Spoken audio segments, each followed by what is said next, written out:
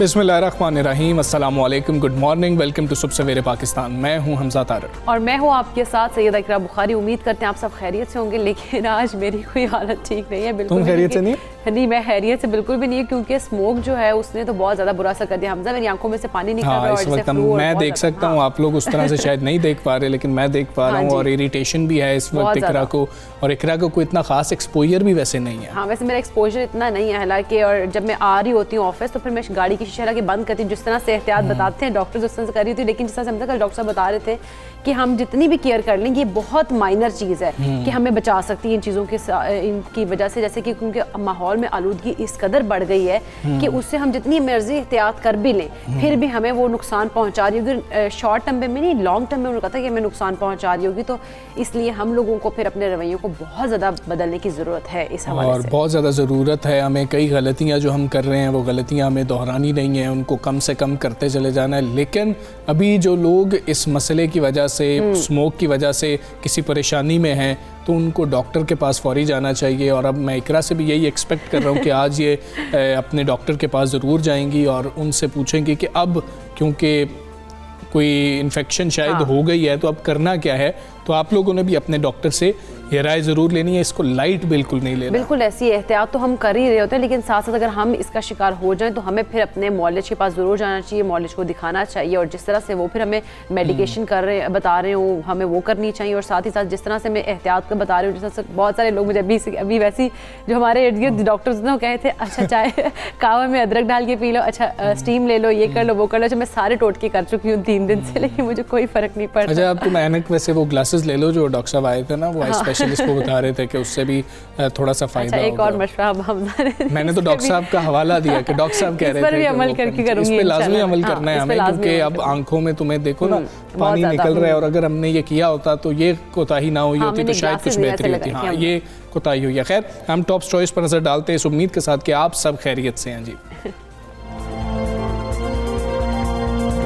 नस्ला tower गिराने के खिलाफ एहतजाज, लाठी चार्ज और झड़पें, पुलिस की मुजाहिरीन को मुंतशिर करने के लिए आंसू गैस की शेलिंग, सैकड़ों अफराद की नस्ला टावर गिराने के खिलाफ नारेबाजी, तामीराती कवानीन को वाज़े और आसान बनाया जाए, चेयरमैन आबाद का मुतालबा। सुप्रीम कोर्ट ने नस्ला टावर 1 हफ्ते में गिराने का हुक्म दे दिया, यहाँ सियासत नहीं चलेगी, चीफ जस्टिस अमीर जमात इस्लामी कराची पर बरहम।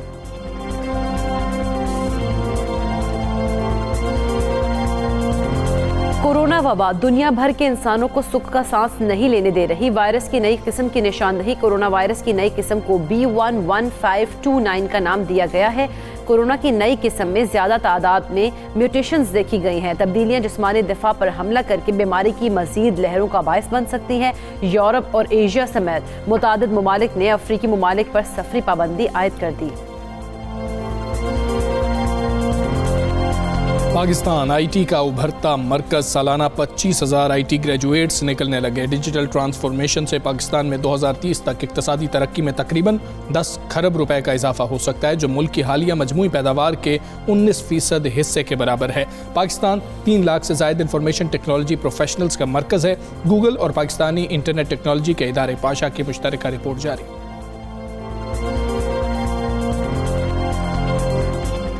डॉक्टर मुबश्शिर हुसैन रहमानी ने पाकिस्तानियों का सर फख्र से बुलंद कर दिया। कंप्यूटर साइंस के शोबे में दुनिया के बेहतरीन 1% मुहक्किकीन में शामिल ये दूसरा मौका है जब डॉक्टर मुबश्शिर हुसैन को एजाज से नवाजा गया है। डॉक्टर मुबश्शिर ने 100 से ज़्यादा मज़ामीन लिखे। कंप्यूटर साइंस के शोबे में उन्हें 2020 में आला दर्जे का मुहक्किक तस्लीम किया गया।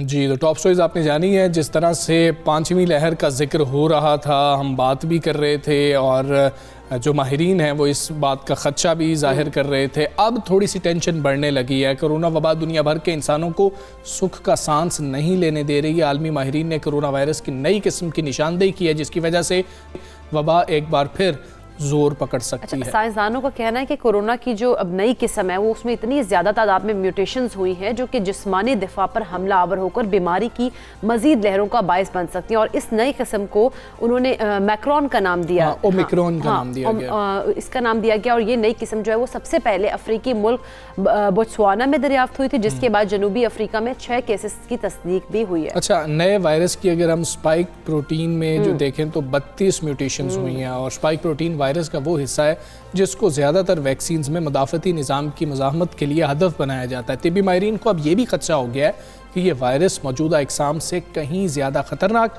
और वैक्सीनेशन मुहिम की अफादियत को भी ज़ायल कर सकता है। बिल्कुल। और कोरोना वायरस की जो नई किस्म है मंजर आम पर आने के बाद यूरोप और एशिया समेत मुतादिद ममालिक ने अफ्रीकी ममालिक खुसूसन जनूबी अफ्रीका पर सफरी पाबंदियाँ आयद कर दी ताकि ये जो वायरस है मजीद फैले ना। अच्छा, अब तक वैसे माहिरीन इस खदशे का भी इजहार कर रहे हैं कि ये वायरस अब तक फैल चुका है, क्योंकि इसराइल के अंदर भी मतलब इस तरह से आया कि केसेस सामने आ गए हैं। और फिर जिम्बाब्वे के अंदर जो मामलात है वहाँ से T20 वर्ल्ड कप जो क्वालिफायर है, वर्ल्ड कप क्वालिफायर ख़वातीन का, वो भी वहाँ से ICC कह रहा है कि शायद हम इधर से कहीं और भेज देंगे। और इस तरह के मसाइल का अब सामना करना पड़ रहा है। हम बात करेंगे, हमारे साथ इस वक्त मौजूद हैं डॉक्टर इमरान शरीफ साहब, प्रोफेसर एरिज़ोना यूनिवर्सिटी अमेरिका से हमारे साथ मौजूद हैं। डॉक्टर साहब अस्सलाम वालेकुम, गुड मॉर्निंग। डॉक्टर साहब, खदशे का इजहार आप भी कर रहे थे अभी, मतलब लास्ट वीक की बात है, और आप यहाँ पर तशरीफ़ लाए थे, बल्कि इसी वीक की बात है, और अब ये वेरिएंट सामने आ गया है। ये वेरिएंट कितना ख़तरनाक है ये हमें बताइएगा। माहिरीन जो खदशे का इजहार कर रहे हैं वो किस हद तक दुरुस्त है?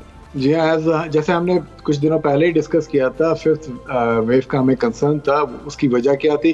क्योंकि वैक्सीन जो ग्लोबली अभी अवेलेबल नहीं है, इसकी वजह से जो वायरसेस डॉर्मेंट एरियाज में जहाँ पर वैक्सीन इतनी अवेलेबल नहीं है वहाँ पर ये इजीली म्यूटेट हो सकता है। तो वही हुआ साउथ अफ्रीका और बोट्सवाना में इसके कुछ केसेस हैं, हांगकांग, बेल्जियम, इजराइल, तो क्लोज टू 7 डजन केसेस हैं और इसको वेरिएंट ऑफ कंसर्न कहा गया है। और इसमें तक जो साइंटिस्ट हैं जो उन्होंने आइडेंटिफाई किया है, जो स्पाइक प्रोटीन होती है, जब आपकी ह्यूमन बॉडी किसी वायरस को एक्सपोज होती है तो जो डिफेंस है आपका, वो आपकी ह्यूमन बॉडी प्रोड्यूस करती है एंटीबॉडीज जाके प्रोटीन पर अटैक करते हैं।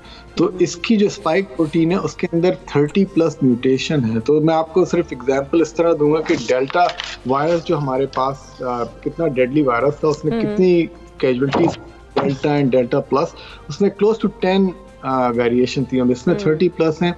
इसी को वेरिएंट ऑफ कंसर्न कहा गया है। और इसकी जो इश्यूज हैं जिसके बारे में हम सब कंसर्न है वो ये है कि ये बहुत तेजी से स्प्रेड कर सकता है, बहुत सीवियर डिजीज कर सकता है।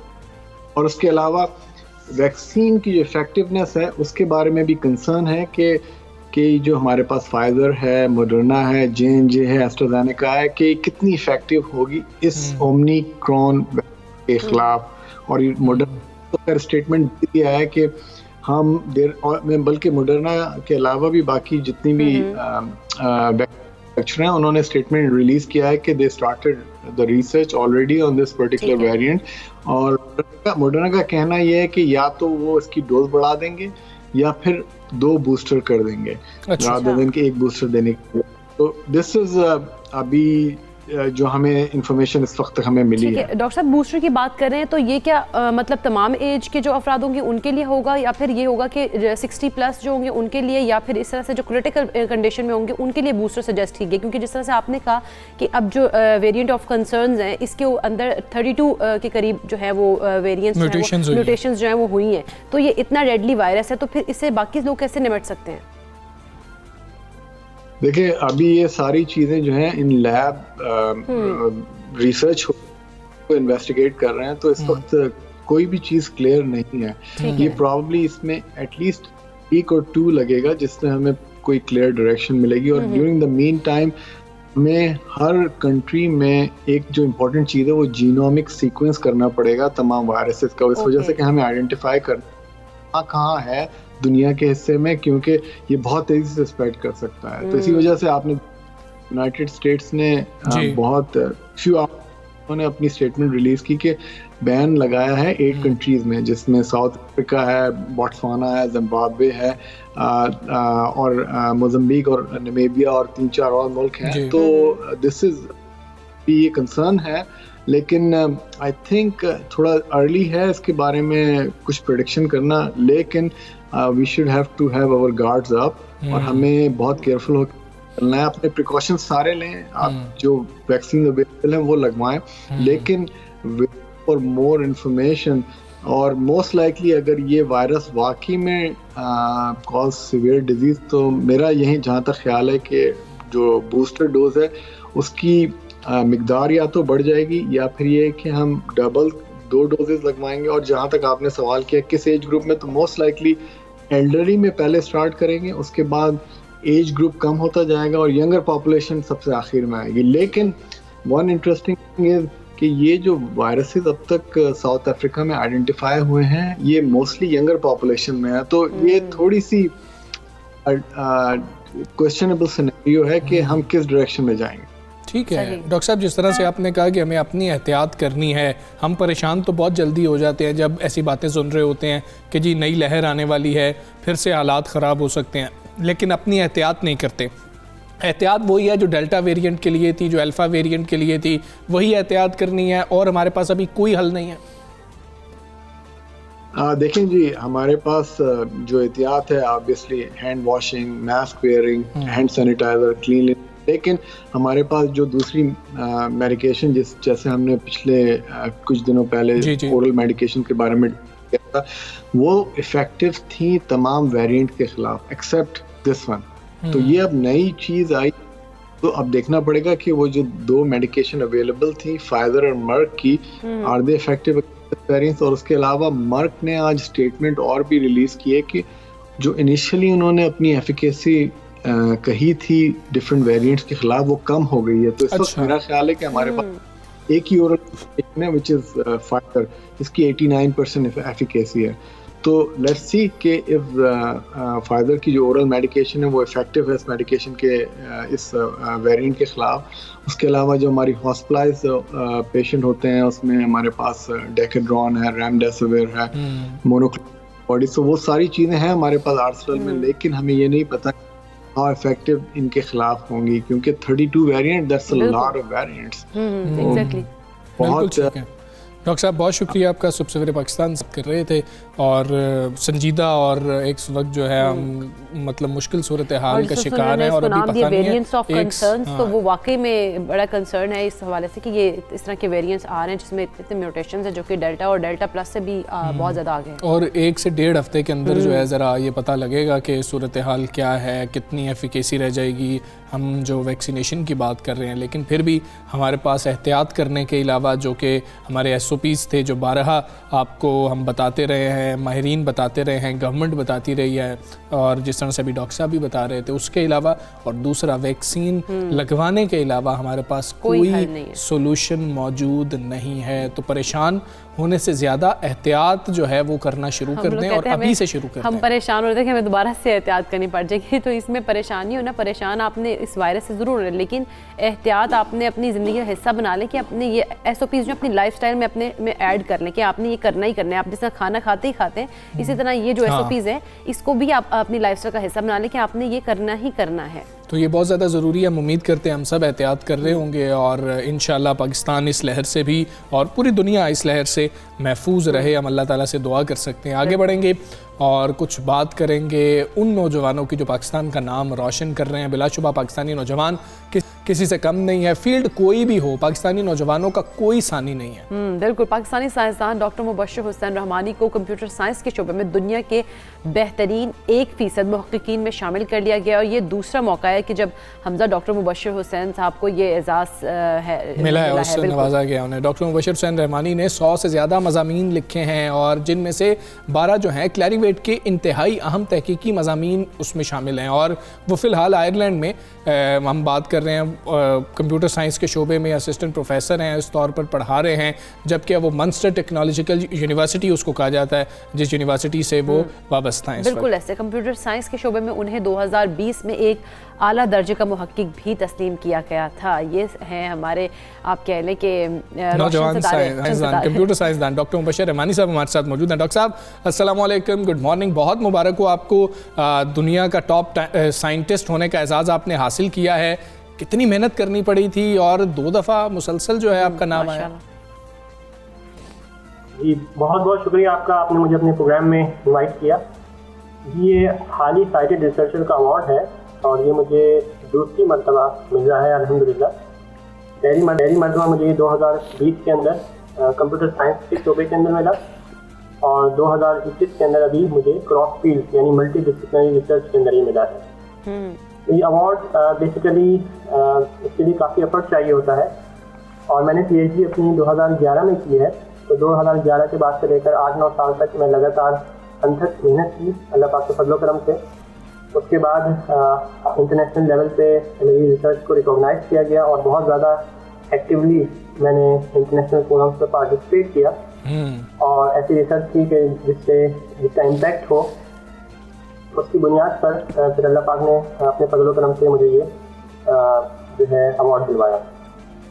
सही। अच्छा डॉक्टर साहब, ये जो आपने रिसर्च की उसके मौज़ूआत क्या हैं और फिर वो कंप्यूटर साइंस की दुनिया में कितनी बड़ी पेशरफ्त है?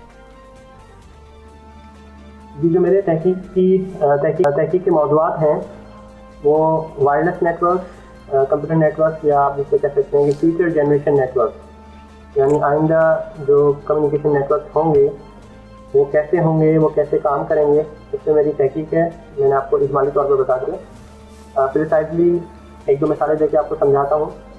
मिसाल के तौर पे आपके पास मोबाइल कम्युनिकेशन नेटवर्क है, आपने नाम सुना होगा 5G का, 6G का।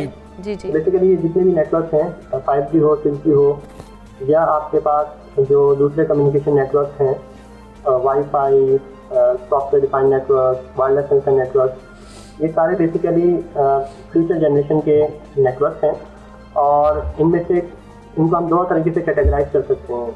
एक वो जो वायर बेस्ड होते हैं और एक वो जो वायरलेस बेस्ड होते हैं। तो मेरा जो फोकस है वो वायरलेस बेस्ड कम्युनिकेशन नेटवर्क पे है और उनमें मोर प्रिसाइजली मैं फोकस करता हूँ कॉग्निटिव रेडियो नेटवर्क पे, यानी ऐसे नेटवर्क जिनके अंदर इंटेलिजेंस होती है। यानी आपके मोबाइल फ़ोन के अंदर अगर आप इंटेलिजेंस डाल दें और उसमें सोचने समझने की सलाहियत आ जाए और वो इन्वायरमेंट से इंटरेक्ट करके अपने ट्रांसमिशन और रिसेप्शन पैरामीटर्स को और दूसरे पैरामीटर्स को चेंज कर सके ताकि आपकी जो कॉल है या आपकी जो कम्युनिकेशन है वो आराम से हो जाए। तो इससे मेरा काम है। इसके अलावा मैं दूसरे शोरों में भी काम कर रहा हूँ, मसलन ब्लॉकचेन जिसमें आपने नाम सुना होगा, क्रिप्टोकरेंसी का, बिटकॉइन हो गई, इथेरियम हो गई। तो मेरा क्रिप्टोकरेंसी पे काम नहीं है, अलबत्ता इसकी जो अंडरलाइन टेक्नोलॉजी है जिसे हम ब्लॉकचेन कहते हैं वो कैसे कम्युनिकेशन नेटवर्क पे अप्लाई हो और कम्युनिकेशन नेटवर्क से कैसे बेनिफिट हासिल कर सकें, इससे मेरा काम है। इसके अलावा आपने गैस्ट्रिक कैंसर का सुना होगा, एंडोस्कोपिस्ट होते हैं जो एंडोस्कोपी करते हैं और एक कैमरा आपके मुंह के जरिए से पेट के अंदर जाता है और फिर वहाँ पे एक मूवी बनाते हैं ताकि हम जो एंडोस्कोपिस्ट हैं वो डिटेक्ट कर सकें कि पेट में जो आते हैं वगैरह है इसमें कोई अल्सर या कोई कैंसर वगैरह तो नहीं है। तो ये ऑलरेडी ये काम ऑटोमेटिक तरीके से हो रहा है। मगर इसकी परफॉर्मेंस को और बेहतर बनाना, इससे भी मैंने कुछ रिसर्चर्स के साथ कोलैबोरेट किया है। तो जहाँ तक मेरी रिसर्च का इम्पैक्ट का ताल्लुक है तो देखें आप कटिंग एज टॉपिक पे रिसर्च कर रहे हैं और ये ऐसे टॉपिक हैं जिससे आपकी पूरी कम्युनिकेशन जो है ना वो रिलाई करती है। ठीक है। तो मिसाल देके मैं आपको समझा देता हूँ। मसलन एक मेरा जो टॉपिक है वो क्रिटिकल इंफ्रास्ट्रक्चर है, security of critical infrastructure. Critical infrastructure के अंदर आपके पास स्मार्ट ग्रिड आता है। सही। तो ये स्मार्ट ग्रिड है ये बेसिकली एडवांस फॉर्म है आपके इलेक्ट्रिकल नेटवर्क की। पाकिस्तान में जो इलेक्ट्रिकल नेटवर्क है वो अभी इतना एडवांस नहीं हुआ। बाहर यूरोप में या अमेरिका में जो इलेक्ट्रिकल नेटवर्क है वो काफ़ी एडवांस हो गया और हम पूरी इलेक्ट्रिकल ग्रिड को कंप्यूटर्स की मदद से कंट्रोल कर रहे होते हैं। अगर उन पर कोई साइबर अटैक होता है तो आपकी पूरी ग्रिड और ट्रांसमिशन लाइन ड्रॉप हो जाती हैं और पूरे शहर अंधेरे में डूब जाते हैं। और उसका लाजमी नतीजा ये होता है कि आपका हॉस्पिटल, आपके फाइनेंशियल नेटवर्क, आपके दूसरे नेटवर्क सारे डाउन हो जाते हैं। अब इन नेटवर्क को कैसे सिक्योर किया जाए इसमें मैं काम कर रहा हूँ। तो आप अंदाज़ा लगा सकते हैं कि ये कितने अहमियत क्या हम। ठीक है डॉक्टर, ये भी बताएं ख़ासतौर पे पाकिस्तानियों के लिए, मुसलमानों के लिए जदीद जो उलूम है उनका हुसूल कितना अहम है और मुस्तकबिल में किन शोबों को तहकीक का नौजवानों को मौजू बनाना चाहिए? जी, पाकिस्तानी होने के नाते या पाकिस्तानियों के लिए जो है जदीद साइंसी उलूम का हुसूल बहुत ज़रूरी है। अगर हम अपना दुनिया में अपना नाम पैदा करना चाहते हैं और दुनिया के साथ कम्पीट करना चाहते हैं और एक डेवलप्ड कंट्री की फहरिस्त में आना चाहते हैं तो हमें साइंस पे तो एफर्ट लगाना पड़ेगा। जहाँ तक मौजूदात का ताल्लुक है तो देखिए, मैं तो कंप्यूटर साइंटिस्ट हूँ, कंप्यूटर रिसर्चर हूँ। ठीक है। तो मैं उसके बारे में आपको बता सकता हूँ कि उसमें जितने भी टॉपिक्स हैं वो सारे के सारे अहम हैं। और उसमें आर्टिफिशियल इंटेलिजेंस हो गई, ब्लॉकचेन हो गई, कम्युनिकेशन नेटवर्क हो गए।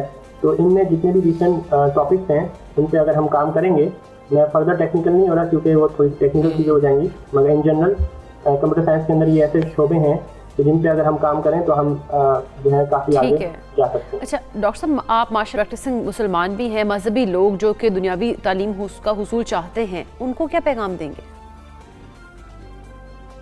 जी, अगर कोई मजहबी जहन रखने वाले दुनियावी तालीम का हुसूल चाहते हैं तो वो बिल्कुल भी ना घबराएं और पूरे कॉन्फिडेंस के साथ असली उलूम का हुसूल करें।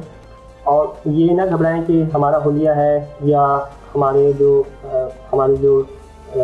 बोधोबाश है उसकी वजह से कोई हमें परेशानी होगी और उससे कॉम्प्रोमाइज़ हो जाएं और अपने दीनी उसूलों को, अपने हुलिये को चेंज कर दें। ऐसा बिल्कुल भी ना करें, बल्कि पूरे कॉन्फिडेंस के साथ अपने उसूलों पे रहते हुए असली उलूम का हुसूल करें। और डेफिनेटली उसमें मुश्किलात तो आती हैं, डिफ़िकल्टीज आएंगी, तो अल्लाह पाक से आखिरत और फजल मांगते हुए बंदा उसको फेस करे और अपने उसूलों और अपने हुलिये और इन चीज़ों पर। डॉक्टर साहब, में हम सब जानते हैं ब्रेन ड्रेन जो है ये बहुत बड़ा मसला है। आपने तो HEC की शराइत पूरी करने के बाद ही पाकिस्तान को छोड़ा है और बिलाशुबा ये आपका ज़ाती फ़ैसला है और हम सब इस फैसले का एहतराम करते हैं, लेकिन सवाल यह है कि अगर इसी तरह ज़हीन अफराद मुल्क छोड़ते रहे तो पाकिस्तान की तरक्की कैसे मुमकिन होगी? ये प्रॉब्लम है क्यों, आप क्या समझते हैं और इस मसले का हल क्या है? जी, सबसे पहली चीज़ तो ये है कि मैं पाकिस्तानी हूँ अल्हम्दुलिल्लाह, और पाकिस्तान मेरा मुल्क है और मैंने उसको कम्प्लीटली नहीं छोड़ा। मेरा जो गोल है बेसिकली वो ये है कि एक्सपीरियंस लेके फिर मैं पाकिस्तान में जाऊँ और उस एक्सपीरियंस को फर्दर यूज़ करूँ। अब जो एक एस्पेक्ट है कि किस तरीके से ब्रेन ड्रेन को बचाया जा सके, तो देखें, ये तो गवर्नमेंट लॉन्ग टर्म पॉलिसीज बनाती हैं, 10 ईयर पॉलिसी, 20 ईयर पॉलिसीज, और माशाल्लाह से गवर्नमेंट उस पर काम भी कर रही है कि किस तरीके से पाकिस्तानी पासपोर्ट की वर्थ बढ़ जाए। तो जो पाकिस्तान में रिसर्चर्स को और साइंटिस्ट को जो प्रॉब्लम फेस होती है वो ये होती है कि इंटरनेशनल मोबिलिटी उनके लिए डिफ़िकल्ट होती है पाकिस्तानी पासपोर्ट के साथ। तो अगर कोई रिसर्चर या साइंटिस्ट इस तरह से कर लेता है कि वो इंटरनेशनल मोबिलिटी के लिए कोई दूसरा पासपोर्ट भी एक्वायर कर लेता है और फिर पाकिस्तान में रहते हुए पाकिस्तान को सर्व कर रहा है, और क्योंकि एक रिसर्चर के लिए ज़रूरी होता है कि वो इंटरनेशनल हो, उसमें मोबिलिटी हो, वो कोलैबोरेट कर सके, यूरोप, अमेरिका वगैरह कॉन्फ्रेंसेस में जा सके फ्रिक्वेंटली। तो ठीक है, पाकिस्तानी पासपोर्ट के अभी जो उसमें और उसकी इंपॉर्टेंस को बढ़ाने की ज़रूरत है, तो गवर्नमेंट उस पर काम कर रही है। तो अगर कोई रिसर्चर या साइंटिस्ट इस नियत से दूसरा पासपोर्ट का हुसूल करता है कि उसकी रिसर्च में वो फैसिलिटेट करेगा, तो मेरे ख्याल से उसमें कोई मुज़ायका नहीं होना चाहिए। बिल्कुल मुबश्शिर रहमानी साहब, बहुत शुक्रिया आपका और बहुत मुबारक हो आपको, और आप पाकिस्तान का नाम रोशन कर रहे हो। जिस तरह से आप चाह रहे हैं कि पाकिस्तान वापस आके पाकिस्तान को ही सर्व करेंगे, तो ये जज्बा बड़ा ज़रूरी भी है और हम इसकी कदर भी करते हैं, होना भी चाहिए। यहाँ पर हम एक ब्रेक लेंगे, ब्रेक के बाद वापस आते हैं। Stay with us.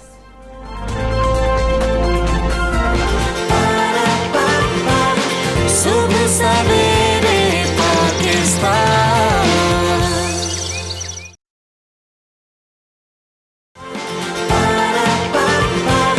सुबह सवेरे पाकिस्तान।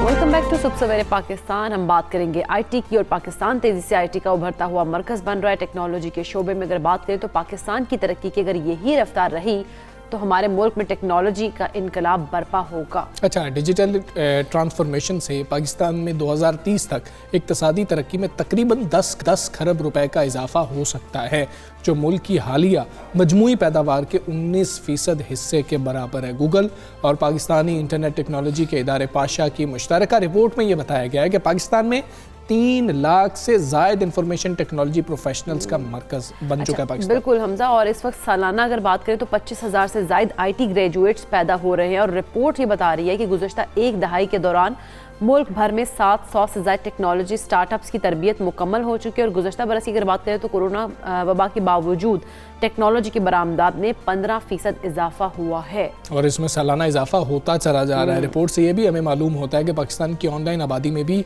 तेज़ी से इजाफा नोट किया जा रहा है, और रवां साल ही इंटरनेट के इस्तेमाल की शरह 54% बढ़ गई है। रिपोर्ट में हुकूमत को तजावीज़ भी कुछ दी गई हैं कि IT सेक्टर की बरामदात के लिए साजगार माहौल भी बनाया जाए और मुल्क में डिजिटल स्किल्स को फ़रोग देने के मंसूबे भी शुरू किए जाएँ। जी हाँ जी, ये सारी सूरत हाल है और टेक्नोलॉजी की दुनिया में देखें तो पाकिस्तान जो है बहुत ज़्यादा तरक्की करी जा रहा है माशाल्लाह से। बिल्कुल, और इसी पर हमने बात करनी है। चेयरमैन वज़ीर आज़म टास्क फोर्स बरामदात सैयद अहमद साहब हमारे साथ मौजूद हैं। सैयद अहमद साहब अस्सलाम वालेकुम, good morning.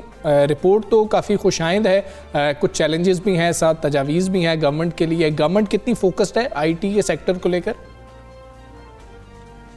Ji, thank you for inviting मी।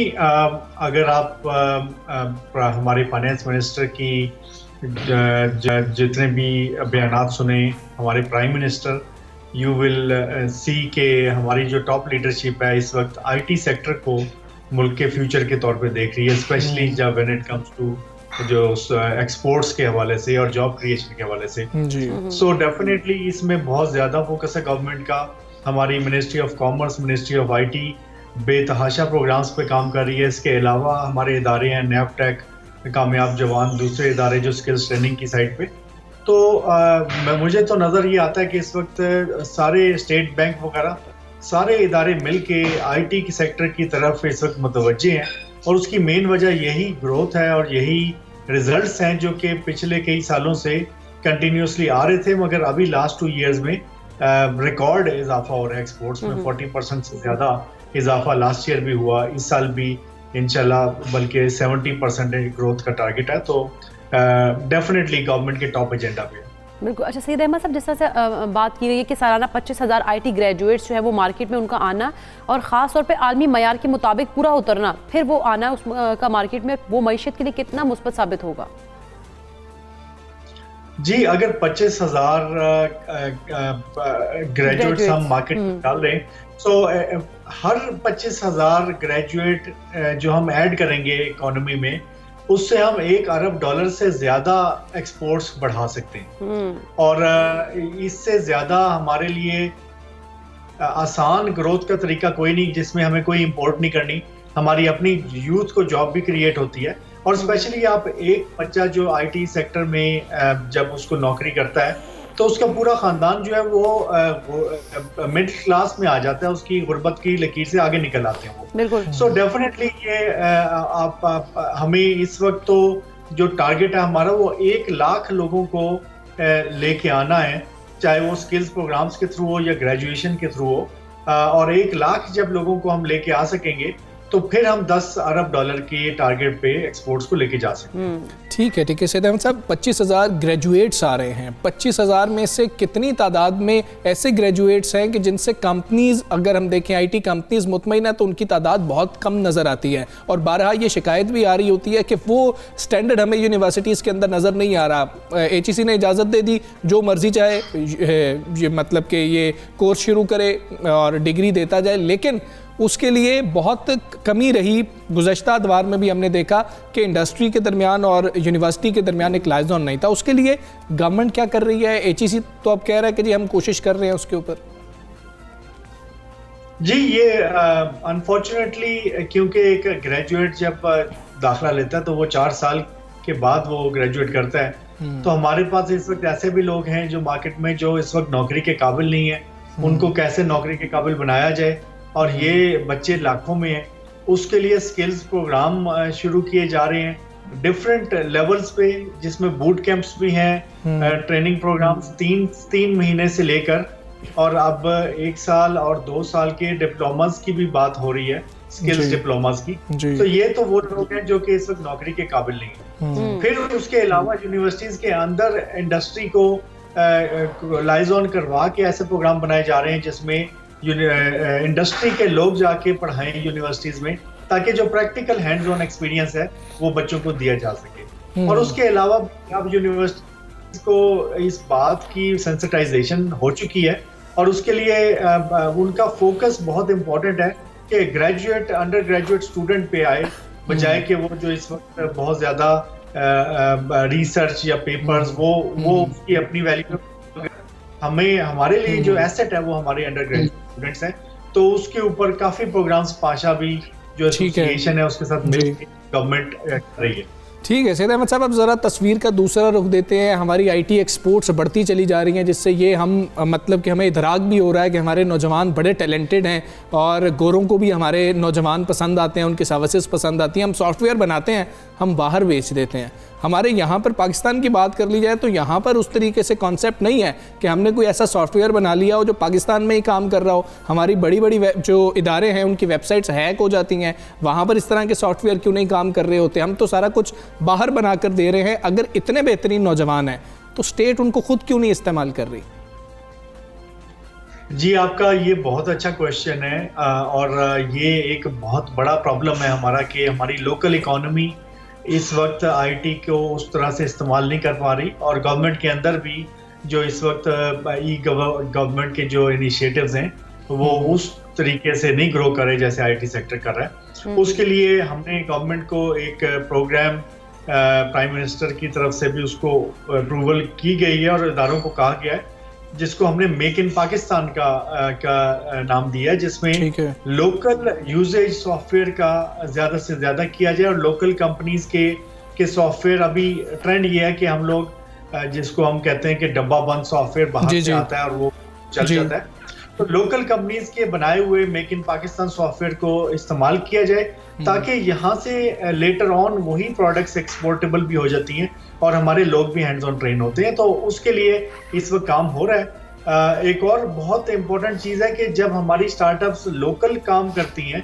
तो उनके लिए पैसे लेने बहुत मुश्किल होते हैं। हाँ जी। और चार्ज करना बहुत मुश्किल होता है क्योंकि लोग यहाँ क्रेडिट कार्ड ज्यादा यूज नहीं करते। तो उसके लिए स्टेट बैंक ने जो रास्त प्रोग्राम लॉन्च किया है, उसके थ्रू यू विल सी के बहुत जल्द आपको नजर आएगा कि एक रेडी वाला भी पैसे अपने ऑनलाइन ले रहा होगा ऑनलाइन वॉलेट्स के थ्रू। तो ये वो टाइम है जब आपको लोकल आईटी सॉल्यूशंस बहुत ज्यादा तादाद में फिर नजर आएंगे। ठीक है सैयद अहमद साहब, हम ये सॉफ्टवेयर्स, हम चूंकि सॉफ्टवेयर्स की बात कर रहे हैं, अब नौजवानों से जब बात होती है या फिर ऐसे मतलब कि ऑर्गेनाइजेशन से, ऐसी कंपनीज से, हाउसेज से आपकी बात होती है तो वो कहते हैं हम इसलिए भी तैयार नहीं होते, गवर्नमेंट की पेमेंट्स भी डिले हो जाती हैं। फिर गवर्नमेंट को लग रहा होता है क्योंकि ये तो पाकिस्तानी है तो इनको तो जितना तोड़ लिया जाए उतना बेहतर है, हमें उतने बेहतर रेट्स नहीं मिल रहे होते जो आलमी मार्केट में मिल रहे होते हैं, उस तरह की फंडिंग भी नहीं मिल रही होती है, तो इसलिए वो इंटरेस्टेड नहीं है गवर्नमेंट के साथ काम करने को। ये तासुर जायल करना बहुत ज्यादा जरूरी है, उसके लिए गवर्नमेंट क्या करेगी?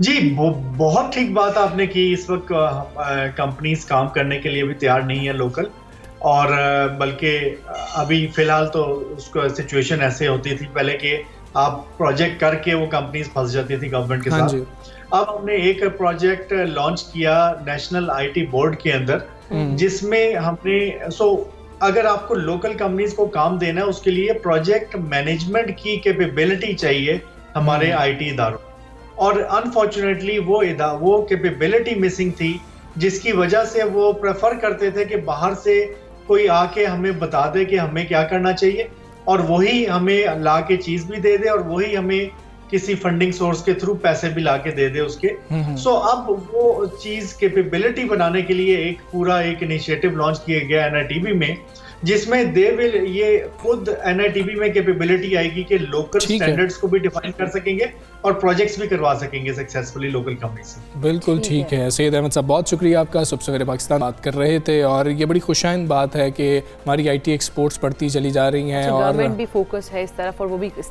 को लेकर थोड़ा जो है ना कंसर्न है और काम कर रही है। यहाँ के नौजवान सॉफ्टवेयर बनाते हैं, वो बाहर बेचते हैं और बाहर कंपनीज जो है उनसे ख़रीद लेती हैं, लेकिन पाकिस्तान के अंदर वो ट्रेंड कब तक आएगा ये भी देखना बहुत ज़्यादा ज़रूरी है। बहुत अहम मामले पर हमने बात करनी है, नस्ला टावर के मामले पर बात करनी है, जिसे बचाने के लिए बिल्डर्स और डेवलपर्स अब मैदान में आ चुके हैं। अच्छा हमजा, गुज़श्ता रोज़ पुलिस और मुजाहिरीन के दरमियान शारा फैसल मैदान जंग बन गई थी और आबाद ने मुल्क भर में तामीराती प्रोजेक्ट्स पर काम बंद करने की धमकी दे दी। तो मुजाहिरीन ने शारा फैसल बंद करने की कोशिश की तो पुलिस ने मुजाहिरीन को रोकने के लिए लाठी चार्ज और शेलिंग का भी इस्तेमाल किया। हाँ जी, जिससे डेप्यूटी चेयरमैन आबाद समेत मुतअद्दिद अफराद जख्मी भी हुए। चेयरमैन आबाद मोहसिन शेखानी साहब ने मामले पर सिंध हुकूमत से आगे आने का मुतालबा किया। ये भी कहा कि हमें बताया जाए किस इदारे से इजाज़त लेकर तामीरात का काम करें। इससे कबल सुप्रीम कोर्ट कराची रजिस्ट्री में नस्ला टावर गिराने गिराने से मुताल्लिक केस की समाअत हुई थी। चीफ जस्टिस ने कमिश्नर कराची से सवाल किया कि कब तक इमारत को गिराने का अमल मुकम्मल होगा, और उस पर कमिश्नर कराची ने कहा कि कोई टाइम नहीं दे सकते, 200 जो लोग हैं वो काम कर रहे हैं। और अदालत ने कमिश्नर कराची को हुक्म दिया कि नस्ता टावर की इमारत 1 हफ्ते में गिराकर रिपोर्ट पेश करें। और दौरान समाअत अमीर जमात इस्लामी कराची हाफिज नईमुर रहमान साहब भी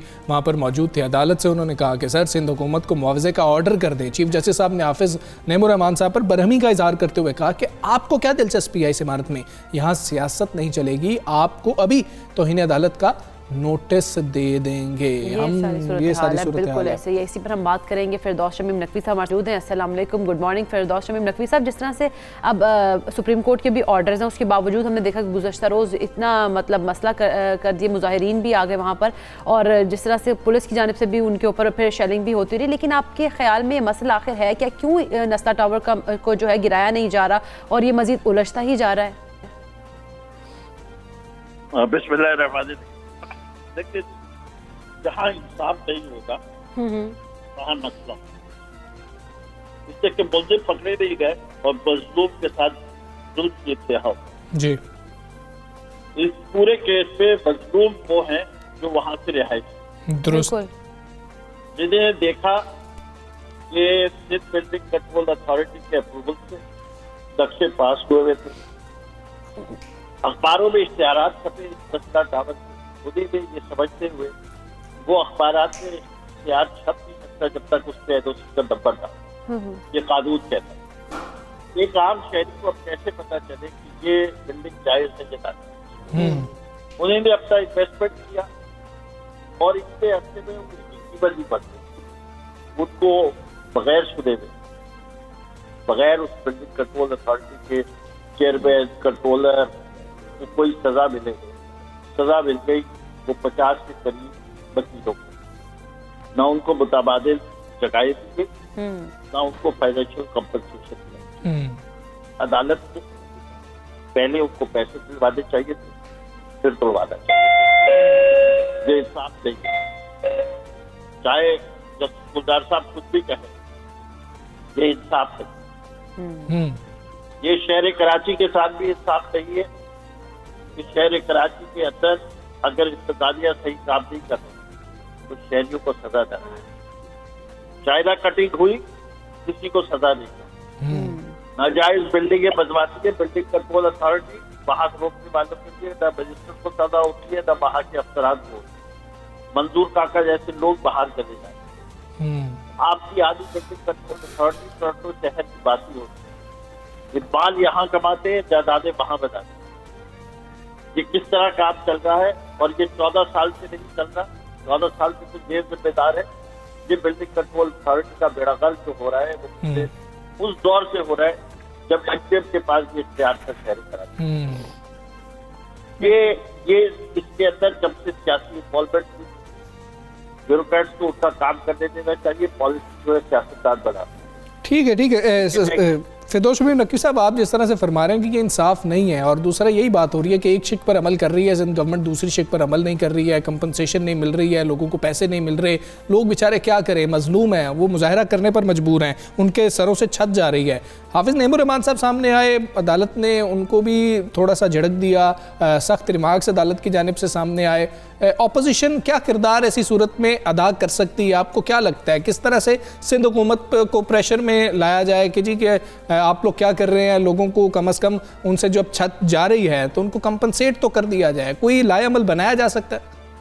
जी, सिंध गवर्नमेंट को बड़ा स्ट्रेस है, उनके पास सुप्रीम कोर्ट ऑर्डर करे, स्टेट बैंक ऑफ पाकिस्तान को इतने पैसे जो कंपनसेशन है इसके एनएफसी अवार्ड से काट के कोर्ट के अकाउंट में जमा कराए और बाद में तमाम लोगों को दे दिए जाए।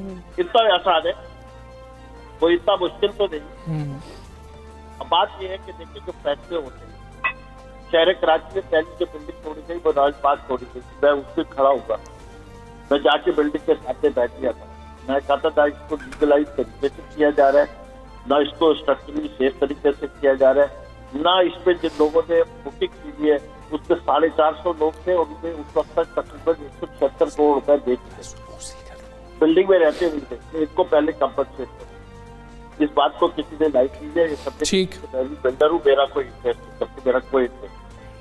दूसरा जो उसी जगह डिमोलिशन हुई है वो अलादीन पार्क, ठीक है। वो पार्क शहर कराची पार्क से महरूम हो गया। ये माना कि उसकी नीयत खत्म हो गई कि आपको पार्क देना चाहिए था किसी और पार्टी को ऑक्शन कर। बिल्कुल ठीक है। फिरदौस शमीम नकवी साहब, बहुत शुक्रिया आपका। सबसे पाक से आप बात कर रहे थे नस्ला टावर का जो मामला है उस पर वो गुफ्तगू कर रहे थे। हम आगे चलेंगे, आपको बताएंगे मुजफ्फराबाद में मस्जिद नबवी सल्लल्लाहु अलैहि वसल्लम की तर्ज पर जामा मस्जिद खादिमुल हरमैन शरफैन सऊदी अरब के शहजादे की तरफ से बतौर तोहफा आज़ाद कश्मीर के अवाम के लिए अतिया की गई है। जामिया मस्जिद खादिमुल हरमैन शरफैन आज़ाद कश्मीर के दारुल हुकूमत मुजफ्फराबाद में कदीमी जामिया मस्जिद ईदगाह की जगह तामीर की गई है। हमसा हाँ जी, और मस्जिद में नमाज पंजगाना और जुमातुल मुबारक में बड़ी तादाद में नमाजी शामिल भी होते हैं। मुजफ्फराबाद से सरफराज मीर हमारे जो नुमाइंदे हैं इस मस्जिद में हमें बता रहे हैं। जी सरफराज।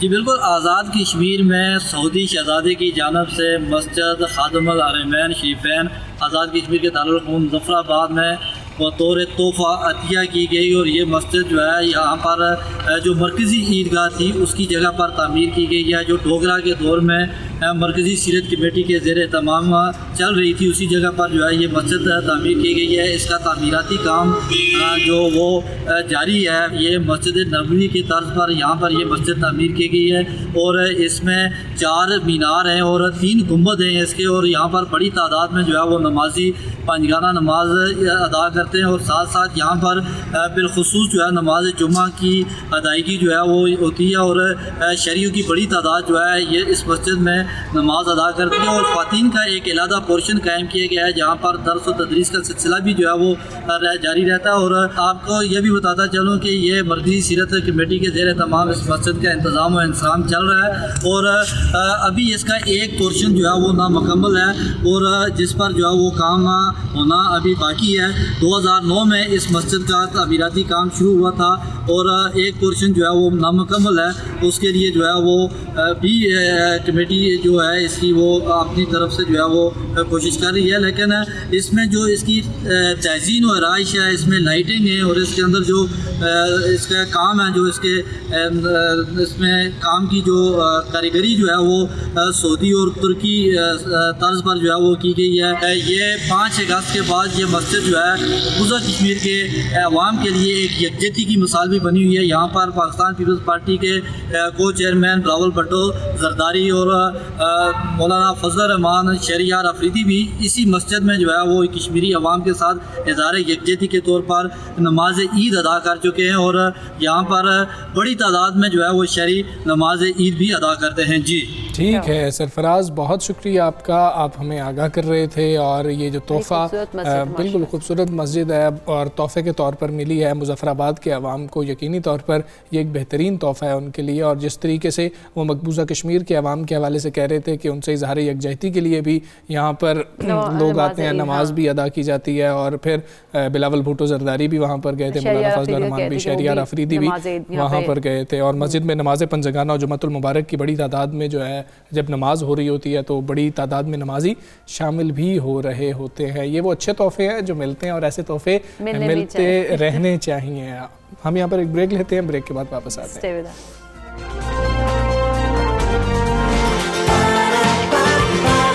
सुबह सवेरे पाकिस्तान।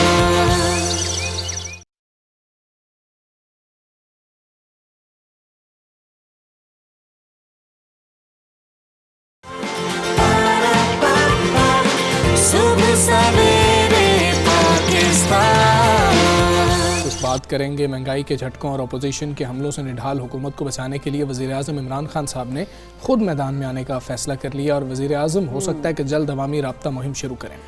बिल्कुल, जिसके 2 बड़े मकासद हैं और एक तो ये कि अपोजिशन की जानिब से हुकूमत को कमज़ोर करने की मुहिम का भरपूर जवाब दिया जाएगा। दूसरा ये कि तरीके इंसाफ के वर्कर्स और मुमकिन बल्दियाती उम्मीदवारों को भरपूर तरीके से फ़ाल भी किया जाएगा। और आइंदा चंद हफ्तों में वज़ीर-ए-आज़म इमरान खान साहब पंजाब और दीगर सूबों में बड़े जलसों से खिताब करके पावर शो भी करेंगे। हाँ जी, इमरान खान साहब ने अपने वज़ीर आला समेत वफाकी और सूबाई वज़रा के तमाम तर तहफ़्फ़ुज़ात और मशवरों को वीटो करते हुए इलेक्शन तैयारियाँ शुरू करने का भी ज़राए के मुताबिक हुक्म दिया है। और लाहौर के लॉर्ड मेयर के हवाले से हमाद अज़हर साहब का कुछ नाम सामने आ रहा है कि शायद उनको भी कोई ग्रीन सिग्नल मिल रहा है। सारी सूरत हाल पर बात करेंगे। सीनियर कार मज़हर अब्बास साहब हमारे साथ मौजूद है। मज़हर अब्बास साहब अस्सलाम वालेकुम, गुड मॉर्निंग सर। सर ये क्या मामला है कि कुछ परेशानी बढ़ती जा रही है? वज़ीर आज़म साहब को ये लग रहा है कि तर्जुमान ठीक तरीके से शायद मैसेज नहीं पहुँचा रहे हैं, या फिर उनको भी लग रहा है कि इलेक्शन शायद नेक्स्ट ईयर में हो जाएंगे, कि अब ऐसे फैसले हो रहे हैं कि अवाम में निकलेंगे? जी बहुत बहुत शुक्रिया। पहली चीज़ ये कि भरपूर जवाब देने का मसला तो उस वक्त आया कि जब भरपूर ऑपोजिशन हो रही हो, तो ऑपोजिशन तो भरपूर हो नहीं रही, तो जवाब भरपूर कैसे दिया जाएगा। दूसरी ये कि अलबत्ता ये परेशानी ज़रूर है वज़ीर आज़म को कि अगर पंजाब में बल्दियाती इदारों के इलेक्शंस होते हैं जी और उसमें तहरीक इंसाफ को नाकामी का सामना करना पड़ता है, तो फिर अगले आम इंतखाबात के लिए उनकी मुश्किलात में इजाफा हो जाएगा। ठीक है। और अच्छा। इसीलिए वो खुद ज़ाती तौर पे पंजाब में पूरी मुहिम चलाने के मूड में हैं बल्दियाती इदारों की। हालांकि नॉर्मली बल्दियाती इलेक्शंस जो हैं उसमें वज़ीर आज़म बज़ाते खुद हिस्सा कैसे लेंगे या कैंपेन कैसे करेंगे ये अलग बात है, लेकिन ये ज़रूर है कि वज़ीर आज़म को बहुत ज़्यादा यकीन नहीं है कि पंजाब में जो उनकी सियासी क़यादत है वो कोई भरपूर मुहिम चला रही है। अभी आप देखें कि NA 133 में जो इलेक्शन हो रहा है उसमें तंजीमी तौर पे आप देखें कि तहरीक इंसाफ ने एक ऐसे उम्मीदवार को खड़ा किया और जिनको ये भी नहीं पता था कि जो आपके प्रपोजर और सेकेंडर हैं वो है ही नहीं उस इलाके के, उनका नाम ही वो इसमें, और इसकी वजह से तहरीक इंसाफ उस इलेक्शन से अमली तौर पे बाहर हो गई है। तो इस तरह की जो चीज़ें हैं, बल्दियाती इलेक्शन तो बहुत बड़ा इलेक्शन होता है और बल्दियाती इलेक्शन जो है वो गमाज़ी करता है कि आइंदा जो सियासी सूरत हाल होगी वो क्या बनेगी और कौन सी सियासी जमात जो है वो ज़्यादा फाल नज़र आएगी। मुझे आज तक याद है कि 79 और 83 में जब बल्दियाती इलेक्शंस हुए थे तो उस वक्त पीपल्स पार्टी पे अमलन पाबंदी थी, लेकिन उनके अवाम दोस्त जो उम्मीदवार थे वो बड़ी तादाद में कामयाब हो गए। तो इस तरह की चीज़ें रही हैं और पहली मर्तबा जो है ये अच्छी बात है कि पहली मर्तबा मेयर और डिप्टी मेयर का इलेक्शन डायरेक्ट होगा और ये सबसे दिलचस्प मुकाबला होगा। बिल्कुल। अच्छा मज़हर अब्बास साहब, जिस तरह से अब सिचुएशन है अगर हम देखें तो आवाम तो परेशान है महंगाई को लेके, क्योंकि महंगाई जो बढ़ती जा रही है। इस मौके पर जब वज़ीर आज़म अवामी राब्ता मुहिम शुरू करते हैं, आप समझते हैं कि इससे कुछ फ़र्क पड़ रहा होगा? आवाम जो है वो फिर कुछ दूसरी तरफ सोच रही होगी कि नहीं हमने दोबारा से ही फिर इन्हीं को लेकर आना है? देखिए, इमरान खान साहब में एक बड़ी सलाहियत ये है कि वो वाहिद सियासतदान हैं जो 50 साल से स्क्रीन के ऊपर है। यानी वो जब सियासत में नहीं भी थे तब भी वो स्क्रीन की जीनत थे और जब वो पॉलिटिक्स में है तब भी वो स्क्रीन की जीनत है। और तो उनको चीज़ों को मोल्ड करना, और जाहिर है हमारी आवाम में जिस तरीके से वो बताएं उनके नज़दीक जो है चीज़ें हैं, मुश्किल बहुत है। देखिए, बल्दियाती इलेक्शन ख़ास तौर पे पंजाब में बहुत मुश्किल है क्योंकि महंगाई जो है उसका मुकाबला नहीं कर पा रही हुकूमत।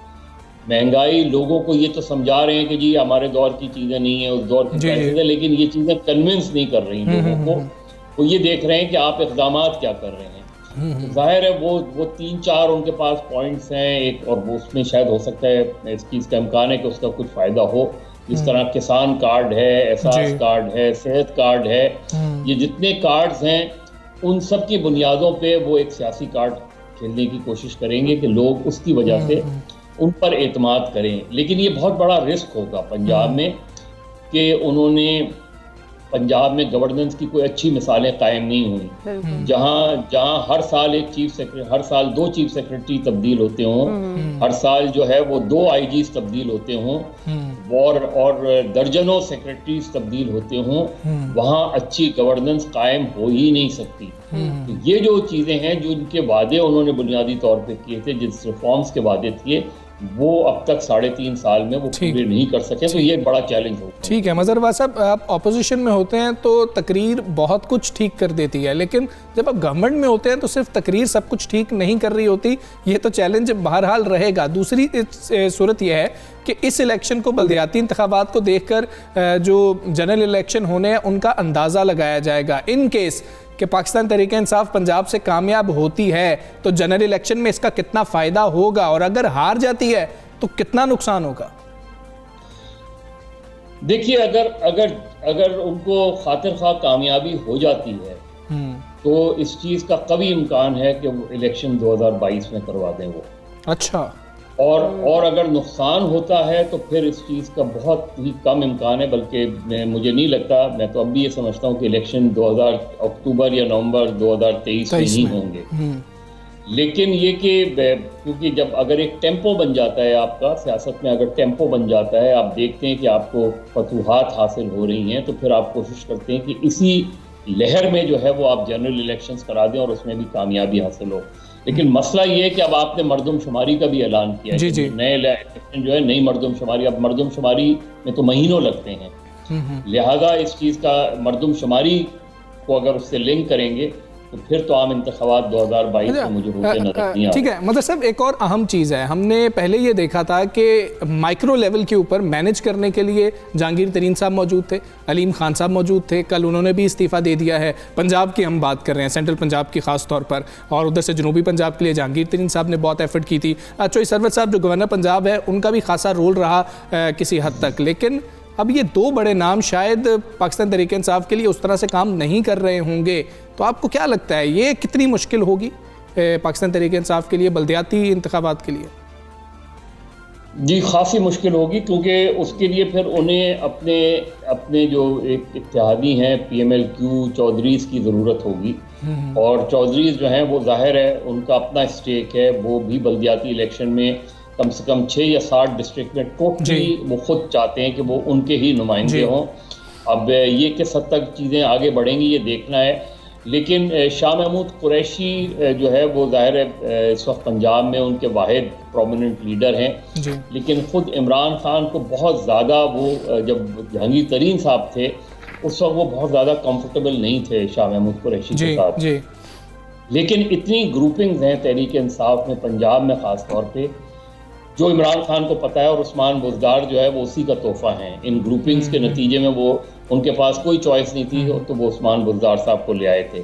उस्मान बुज़दार साहब का प्रॉब्लम ये है कि वो बहुत से लोगों का ख्याल है कि वो काम कर रहे हैं लेकिन वो काम की तशरीह नहीं कर पाते, वो बहुत अच्छे मुकर्रिर नहीं हैं, और उनके ऊपर उनके जो मुखालफीन हैं या कुछ गैर जानिबदार ज़राए हैं वो उनकी हुकूमत के ऊपर के करप्शन के हवाले से भी इल्ज़ामात लगाते हैं। लेकिन ये सारी चीज़ें हैं जो जब बल्दियाती इलेक्शन का ऐलान होगा, और अभी तो वो बिल की सूरत में ला रहे हैं, उसमें क्या चीज़ें होती हैं क्या नहीं होती हैं उनको, लेकिन एक चीज़ बहुत वाज़ेह है कि तहरीक इंसाफ अब तक बल्दियाती इलेक्शन में खातिर खा कामयाबियाँ हासिल नहीं कर पाई। इवन 2016 में जब पनामा वगैरह का वाक़या वो हुआ था, और उसमें भी उस वक्त भी बल्दियाती इलेक्शन या कैंटोनमेंट बोर्ड के इलेक्शन जो अभी हाल ही में हुए हैं, तो तहरीक इंसाफ की इवन पेशावर तक में अच्छी परफॉर्मेंस नहीं थी। तो तहरीक इंसाफ के लिए बहुत बड़ा मसला है, क्योंकि तंजीमी तौर पे आपने हुकूमत भी बना ली, तंजीमी तौर पे तहरीक इंसाफ जो है वो इंतशार का शिकार है, और उसके लिए जो है ये सबसे बड़ी उनको प्रॉब्लम्स आ रही हैं। और बल्दियाती इलेक्शन में उम्मीदवारों के हवाले से, ग्रुपिंग्स के हवाले से, ये वो सारी चीज़ें जो इमरान खान का कोई नंबर 2 नज़र नहीं आता नीचे, और यही किसी भी जमात के लिए सबसे बड़ा मसला ये होता है कि जब वो हुकूमत में आ जाती है तो वो अपनी पार्टी को भूल जाती है। बिल्कुल ठीक है मज़हर साहब, लेकिन जिस तरह से आपने शुरू में फरमाया था कि मुकाबला तो अपोजिशन से ही होना है, अपोजिशन की कारकर्दगी भी कुछ नहीं है, अवाम भी अपोजिशन को कोई अल्टरनेट नहीं समझ रहे हैं, ना उनसे राज़ी हैं, लेकिन तंजीमी तौर पर शायद अपोजिशन को फ़ायदा हो सकता है। आप अपोजिशन को कहाँ पे खड़ा देखते हैं बल्दियाती इंतखाबात में? देखिए, मुस्लिम लीग नून जो है वो बुनियादी तौर पे बल्दियाती इदारों की पैदावार है, यानी वो अलग बात है कि जनरल ज़िया-उल-हक और जनरल जिलानी शरीफ को आए, लेकिन जो मुस्लिम लीग का पूरा स्ट्रक्चर है वो लोकल बॉडीज़ का स्ट्रक्चर है। ये जितने मुस्लिम लीग नून के लोग आज MPs MNAs हैं, में से बेशतर जो हैं वो लोकल बॉडीज़ से होकर आए हैं।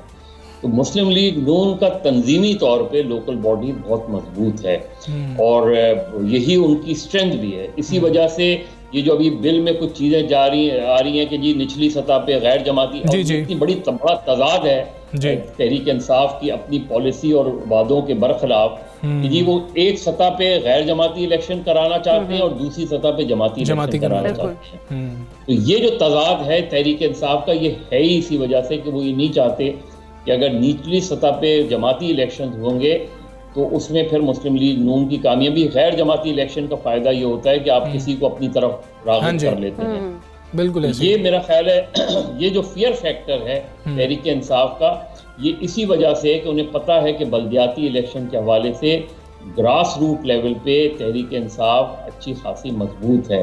और अगले इलेक्शन में सबसे इम्पोर्टेंट ये है कि लोकल बॉडीज इलेक्शन में तहरीक लब्बैक भी होगी जी, और तहरीक लब्बैक का फैक्टर जो है वो भी बहुत इम्पोर्टेंट होगा। वो किसको हर्ट करेगा ये बहुत इंटरेस्टिंग होगा और उसके नताइज क्या होंगे, क्योंकि लोकल बॉडीज क्योंकि छोटी छोटी कॉन्स्टिट्यूंसी होती हैं लोकल बॉडीज में, तो उसमें तहरीक लब्बैक काफ़ी हद तक काफ़ी बिल्कुल ऐसे यूनियन काउंसिल के सतह पर जो है ये इलेक्शन हो रहा होगा। बहुत शुक्रिया आपका मज़हर अब्बास साहब, सबसे पहले पाकिस्तान से आप बात कर रहे थे और यकीनी तौर पर ये एक चैलेंज होगा गवर्नमेंट के लिए भी और अपोजिशन के लिए भी, लेकिन जनरल इलेक्शन के हवाले से जो है ना काफ़ी चीज़ें क्लियर हो भी जाएंगी। अभी खैर वक्त है इसमें, लेकिन देखते हैं आहिस्ता आहिस्ता जैसे वक्त गुजरता जाएगा तो चीज़ें कुछ ज़्यादा क्लियर होती जाएंगी। बिल्कुल ऐसे हम अब आगे बढ़ेंगे, बात करेंगे वेस्ट की, यानी कि कचरे की, जो कि इंसानी ज़िंदगी का उसी तरह से हिस्सा है जिस तरह से दूसरी रोज़मर्रा की अशियाओं, और अगर कचरे को दुरुस्त अंदाज से तल्फ ना किया जाए तो ये माहौलियाती आलूगी का सबब बनकर इंसानी सेहत को नुकसान पहुंचाता है, जो कि हमें काफ़ी हद तक कर भी रहा है। हाँ, और ज़ीरो वेस्ट की अगर हम बात करें तो 3 उमूर पर मुश्तमिल इंतज़ामी सरगर्मी का नाम है, जिसके तहत कचरे को या तो दोबारा इस्तेमाल के काबिल बनाया जाता है, या कचरे की पैदावार को कम किया जाता है, या कचरे की मदद से नई अशिया बनाई जा रही होती हैं। और इस हिकमत अमली का बुनियादी मकसद कचरे के मुज़र असरात कम या ख़त्म करके इसे इंसानी सेहत और माहौलियात के लिए मुफीद बनाना है। और इसी मकसद के तहत चीफ अवामी स्टाफ की अहलिया ने इस बरस समाजी बेदारी की मुहिम शुरू की, जो कामयाबी से जारी है और ज़ीरो वेस्ट के तसव्वुर को आम फहम करने और पाकिस्तान को सरसब्ज़ व शादाब करने के लिए अस्करी कम्यूनिटी बिलखुसूस फ़ौजी बेगमात को ये ज़िम्मेदारी सौंपी गई थी। और इसकी ज़रूरत भी बहुत ज़्यादा है और ये ज़िम्मेदारी हर घर के फ़र्द की भी है, हर शहरी की हर है, इंडिविजुअल की है ये ज़िम्मेदारी कि आपने किस तरह से अपने वेस्ट को जो है वो करना है, इस तरह से जिस तरह से उन्होंने कहा कि ज़ीरो वेस्ट आपने करना है। तो ये बहुत ज़्यादा ज़रूरी है, क्योंकि अगर हम लोग क्या करते हैं, हम लोगों की तो थोड़ी जो हमारे होती है ना चीज़ें वो मुख्तलिफ होती हैं। हम लोग वेस्ट को उठा के हम लोग बाहर फेंक देते हैं और ये भी नहीं करते हम कि जो कूड़ा उठाने वाले आते हैं उन तक पहुँचा दें ताकि वो जो है बिन कर दें इसको अच्छे तरीके से। साथ वाले के घर के सामने फेंकते हैं, अपने घर के सामने नहीं फेंकते हैं। बहुत समझदार हम लोग जला भी रहे होते हैं, जिससे माहौलियाती आलूगी वो जो जिस तरह से बात करते थे डॉक्टर साहब, उनका प्लास्टिक जब शॉपर जलता है तो उससे बहुत सारे केमिकल्स जो है वो निकल रहे होते हैं। तो इन चीज़ों से जो है अवॉइड करना चाहिए और जिस तरह से कहा है कि हर इंडिविजुअल का काम है तो फिर अपनी जिम्मेदारी को पूरा निभाना भी चाहिए। बिल्कुल ऐसे ही हम आगे बढ़ेंगे और बात करेंगे कि एक तरफ बिजली, पेट्रोल और गैस की कीमतों में इजाफा हो रहा है तो दूसरी जानिब रुपए की तारीखी बेकदरी ने आवाम को चकरा के रख दिया। वैसे इंटरनेशनल मार्केट के अंदर हम देखें तो तेल की कीमतें जो है वो कम हुई हैं। बिल्कुल ऐसे ही है, लेकिन यहाँ पर क्या सूरत है वो अभी तक मतलब हमें वो बिल्कुल कम होते में दिखाई नहीं दे रही। जो पेट्रोल की प्राइसेस कारोबारी हफ्ते की अगर बात करें तो आखिरी रोज़ इंटरबैंक मार्केट में डॉलर एक बार फिर महंगा हो गया और अमरीकी करेंसी 48 पैसे इजाफे से 175 रुपये 46 पैसे पर बंद हुई। जबकि दिलचस्प बात यहाँ पर यह भी है कि ऐसे वक्त में जब डॉलर की ऊंची परवाज जारी है, मुशीर खजाना शौकत तरीन साहब ने दावा किया है कि डॉलर 8 से 9 रुपए नीचे आएगा। अच्छा, यही वक्त था तकरीबन, यही गुज़श्ता रोज़ का यही वक्त था, हम प्रोग्रामिंग कर रहे थे और उस दौरान मुशीर ख़जाना शौकत तरीन साहब जो है वो मीडिया से गुफ्तगू कर रहे थे और वो बड़े वसूख से ये बात कर रहे थे कि ये सिर्फ ऊपर नहीं जाएगा, ये दूसरी तरफ भी जाएगा। और हम काफ़ी जो थे हो रहे थे, कायल भी हो रहे थे कि बात ऐसी होगी, लेकिन उसके आधे घंटे बाद ही पता लगा कि जी कि वो ऑल टाइम हाई होता हुआ हमें नज़र आ रहा है। और एक तकरीब से खिताब करते हुए उनका ये कहना था कि ऐसे इक़दाम हम कर रहे हैं जिससे मुल्क की करेंसी मज़ीद मजबूत होगी। खुदा करे कि शौकत तरीन साहब का दावा हकीकत का रूप धार ले, लेकिन अभी एक बड़ा लेकिन लगा हुआ है। हाँ, लेकिन जो है ना वो जो इस वक्त अगर हम बात करें तो ये मतलब हम वो कुछ बता दें कि एक मामूली आमदनी वाला जो शहरी है वो तब तक इंतज़ार जब उनका ये करें तो वो तब तक वो आम शहरी जो है अपनी ज़िंदगी की जो गाड़ी का पहिया वो कैसे चलाए, क्योंकि वो इतनी महंगाई है वो अफोर्ड ही नहीं कर पा रहा चीज़ें। हम पेट्रोल की बात कर लें, बिजली की बात कर लें, गैस की बात कर लें, उससे लेके हमारी जो खाने पीने की अशियाँ उनकी कीमतें तक आसमान से बातें कर रही हैं, जबकि आवाम की जो आमदनी है उसमें इजाफा नहीं हो रहा है। क़ुव्वत ख़रीद कम होती जा रही है, ये मसाइल हैं, ये चैलेंजेस हैं गवर्नमेंट के लिए। एक हालिया सर्वे की भी बात कर लें तो आवाम ने महंगाई को मुल्क का सबसे बड़ा मसला करार दिया और 43% पाकिस्तानी बढ़ती हुई महंगाई से परेशान है। लिहाजा इससे पहले कि देर हो जाए, हुकूमत आवाम को मसाइल की दलदल से निकालने के लिए कमर कस ले। इसी पर हम बात करेंगे। माहिर मौशियात डॉक्टर फ़रूक साहब हमारे साथ मौजूद हैं। डॉक्टर फ़रूक सलीम साहब अस्सलाम वालेकुम, गुड मॉर्निंग सर। सर, बड़े चैलेंजेस हैं, हम इसका जिक्र भी करते हैं। क़ुव्वत ख़रीद भी कम है, महंगाई भी बहुत ज़्यादा है, और गुज़श्ता रोज़ जो शौकत तरीन साहब फरमा रहे थे उससे लग रहा था कि अब शायद चीज़ें बदल रही हैं। जो मिनी बजट आ रहा है उसमें नए टैक्सेस नहीं लग रहे हैं, सिर्फ जो मराद दी गई थी, जो एग्जम्पशंस थी, उनको ख़त्म किया जा रहा है। क्या अब कुछ ठीक फ़ैसले किए जा रहे हैं गवर्नमेंट की जानिब से, आपको लगता है अभी भी दुरुस्त समत पर नहीं जा रही मैशत? देखिए, महसूस ऐसा होता है कि जो आम आवाम है और जो हुक्मरान तबका है उसमें जो खलीज है वो मैं समझता हूँ कि बढ़ता जा रहा है, वो कम नहीं हो रहा। आम आवाम के अब देखिए जो इश्यूज आप डिस्कस कर रहे हैं, आम आवाम का मसला है कि आटे की कीमत जो है वो 35 रुपए से 75 रुपए क्यों चली गई है 3 सालों में, 100 इजाफा हो गया है। उनका मसला चीनी का है, उनका मसला गैस का है। फिर अगर आप देही इलाकों में चले जाएं, उनका मसला खाद का है, पेट्रोल का मसला आ रहा है, बिजली की महंगाई का मसला आ रहा है। अगर आप दूसरी तरफ देखें तो जो सियासतदान तबका है, चाहे वो हुकूमत में हो या वो अपोजिशन में हो, वो इनमें से किसी चीज़ की भी बात नहीं होती। वहाँ पे बात आप देखिए कि कई हफ्ते तो हमने गुजार दिए कि वो DGISI साहब की नोटिफिकेशन हो रही है या नहीं हो रही। उसके बाद फिर वो इलेक्ट्रॉनिक वोटिंग मशीन के ऊपर तकरीबन 100% फोकस रहा। फिर हमने देखा कि वो ऑडियो स्कैंडल्स और वीडियो स्कैंडल्स में पड़ गए। अब इन चीज़ों का आम आदमी से कतई कोई ताल्लुक नहीं, आएगा या नहीं आएगा, ऑडियो स्कैंडल निकला है या नहीं निकला, उससे आटा चीनी की कीमत कम होने वाली नहीं है, उससे खाद पे कोई असर होने वाला नहीं है। तो मुझे नहीं लग रहा कि हमारे पास जो टीमें हैं, एक तो टीमें बदली बड़ी तेजी से जाती हैं। आपने देखा कि पिछले कोई 40 महीनों में आप सोचिए कि टेक्निकली कोई 5 तो गुज़राए खजाना आ चुके हैं जी। और जो निकाले जाते हैं पता नहीं चलता कि उनको निकाला क्यों गया। जो नए आते हैं वो बड़े बड़े ऐलानात करते हैं, लेकिन फिर उनके नतीजे में कुछ निकलता नहीं है। आपको याद होगा कि अप्रैल में जब हमारे नए मुशीर खजाना साहब आए थे, शौकत तरीन साहब, तो उन्होंने कहा था कि मैं IMF की कोई भी जो कंडीशन है वो नहीं मानूंगा, मैं बिजली की रेट भी नहीं बढ़ाऊंगा, मैं टैक्स के रेट भी नहीं बढ़ाऊंगा। तो फिर IMF ने वो प्रोग्राम सस्पेंड कर दिया था और उन्होंने कहा कि आपके पास जो जादू की छड़ी है आप उसका इस्तेमाल करें 6 महीने के लिए। तो छड़ी ने फिर काम नहीं किया तो हम वापस IMF ले गए। ठीक है। डॉक्टर साहब ये भी फरमा दीजिएगा, मुजम्मिल असलम साहब चूँकि वज़ारत ख़जाना के तर्जुमान हैं, कल उन्होंने ट्वीट की थी कि जैसे तवक्को की गई थी खुराक की कीमतें गिरना शुरू हो गई है। टमाटर, प्याज, चीनी, आटा, चिकन, चावल और गुड़ में हफ्तावार कमी का रुझान जाहिर होता है। मामूली कमी हुई भी थी जो रिपोर्ट सामने आई है। खैर वो कह रहे हैं कि जी कि तमाम दरामदी आइटम यानी कि तेल अभी भी जो है ज़्यादा है क्योंकि उनकी कीमतें ज़्यादा हैं, क्योंकि हम वो इम्पोर्ट कर रहे हैं। तो उनके पास तो ये जवाब है कि हम जिस तरह से प्रिडिक्ट कर रहे थे चीज़ें तो वैसी ही चल रही हैं। देखिए, उनका जॉब इस किस्म का है कि उनको ऐसी बातें करना पड़ रही हैं। जो असलियत है, जो ज़मीनी हकीकत है कि 16,000 रुपए की औसतन आमदन है इस वक्त पाकिस्तान के अंदर। एक एवरेज पाकिस्तानी तकरीबन 2 लाख रुपया सालाना या 16,000 रुपया माहाना।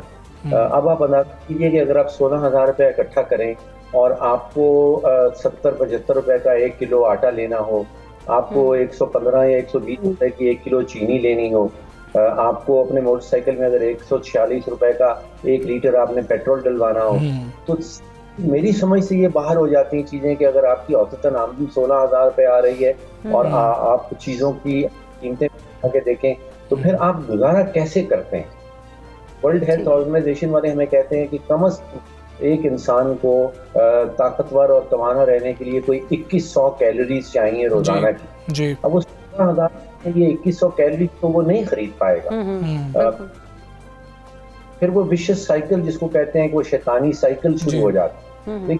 किसी में अफराते ज़र का रेट इतना तेज होगा, आपकी आमदन जो 3 साल से मुसलसल कम हो रही होगी, तो उसका वाहिद एक नतीजा है और वो नतीजा है गुर्बत। गुर्बत बढ़ेगी।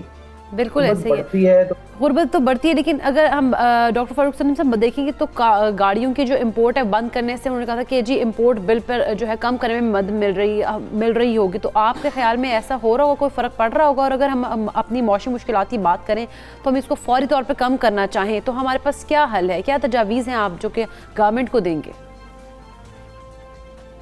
देखिए, 2 सवाल आपने पूछे हैं इसमें। पहली बात तो ये है कि मेरा ख्याल है कि जो हम फोकस करते हैं कि हमने इंपोर्ट को किस तरह कम करना है, वो फोकस मेरे गलत है। देखिए, हम कोई 20 अरब डॉलर का पेट्रोल और डीजल इंपोर्ट करते हैं। अब उसको इंपोर्ट किए बगैर तो आप अपने स्टूडियो में नहीं जा पाएंगे, मैं अपने दफ्तर नहीं जा पाऊंगा। फिर कोई 2 से 3 बिलियन डॉलर का कोयला इंपोर्ट होता है, कोयला इंपोर्ट नहीं करेंगे तो हमारे जो पावर के प्लांट्स हैं बिजली बनाने के, बजाय इसके कि इंपोर्ट कम करने की कोशिश की जाए। हमारे यहाँ फोकस जो है चल रहा है। अच्छा, फिर आपने पूछा कि फौरी तौर पे क्या काम हो सकता है। देखिए, किसी के पास जादू की छड़ी नहीं है, फौरी काम कोई हो सकेगा। 3 साल से जायद थे पीटीआई हुकूमत के पास, इस्लाहात लाने का उन्होंने वादा किया था। उनके पास हल थे जो उन्होंने अपने 2018 के मैनिफेस्टो में लिखे थे। अगर आप वो मैनिफेस्टो खोल के देखें तो उसमें ये हल जो है ये लिखे हुए हैं, लेकिन बदकिस्मत कि उसके ऊपर अमल दरामद नहीं है। बिल्कुल ठीक है, अमल दरामद का मसला है। डॉक्टर फारूक सलीम साहब, ये आपका सफ़ीर पाकिस्तान से आप बात कर रहे थे और मईशत के हवाले से हम बात कर रहे थे। मुआशी मुश्किलात हैं और आम आदमी के लिए ज़िंदगी मुश्किल है इस वक्त, क्योंकि उसकी आमदन कम है और जो अखराजात हैं वो ज़्यादा होते चले जा रहे हैं। लेकिन हम यही उम्मीद करते हैं, जिस तरह से गवर्नमेंट प्रेडिक्ट कर रही है कि वजारत ख़जाना प्रेडिक्ट कर रही है कि हालात 5 साल जब मुकम्मल होंगे उस वक्त कम अज़ कम बेहतर होंगे, तो अल्लाह करे ऐसा ही हो। हम यहाँ पर ब्रेक लेते हैं, ब्रेक के बाद वापस आएंगे। Stay with us.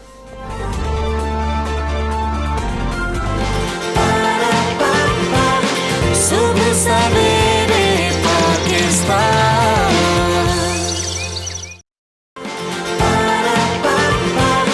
सुबह सवेरे पाकिस्तान।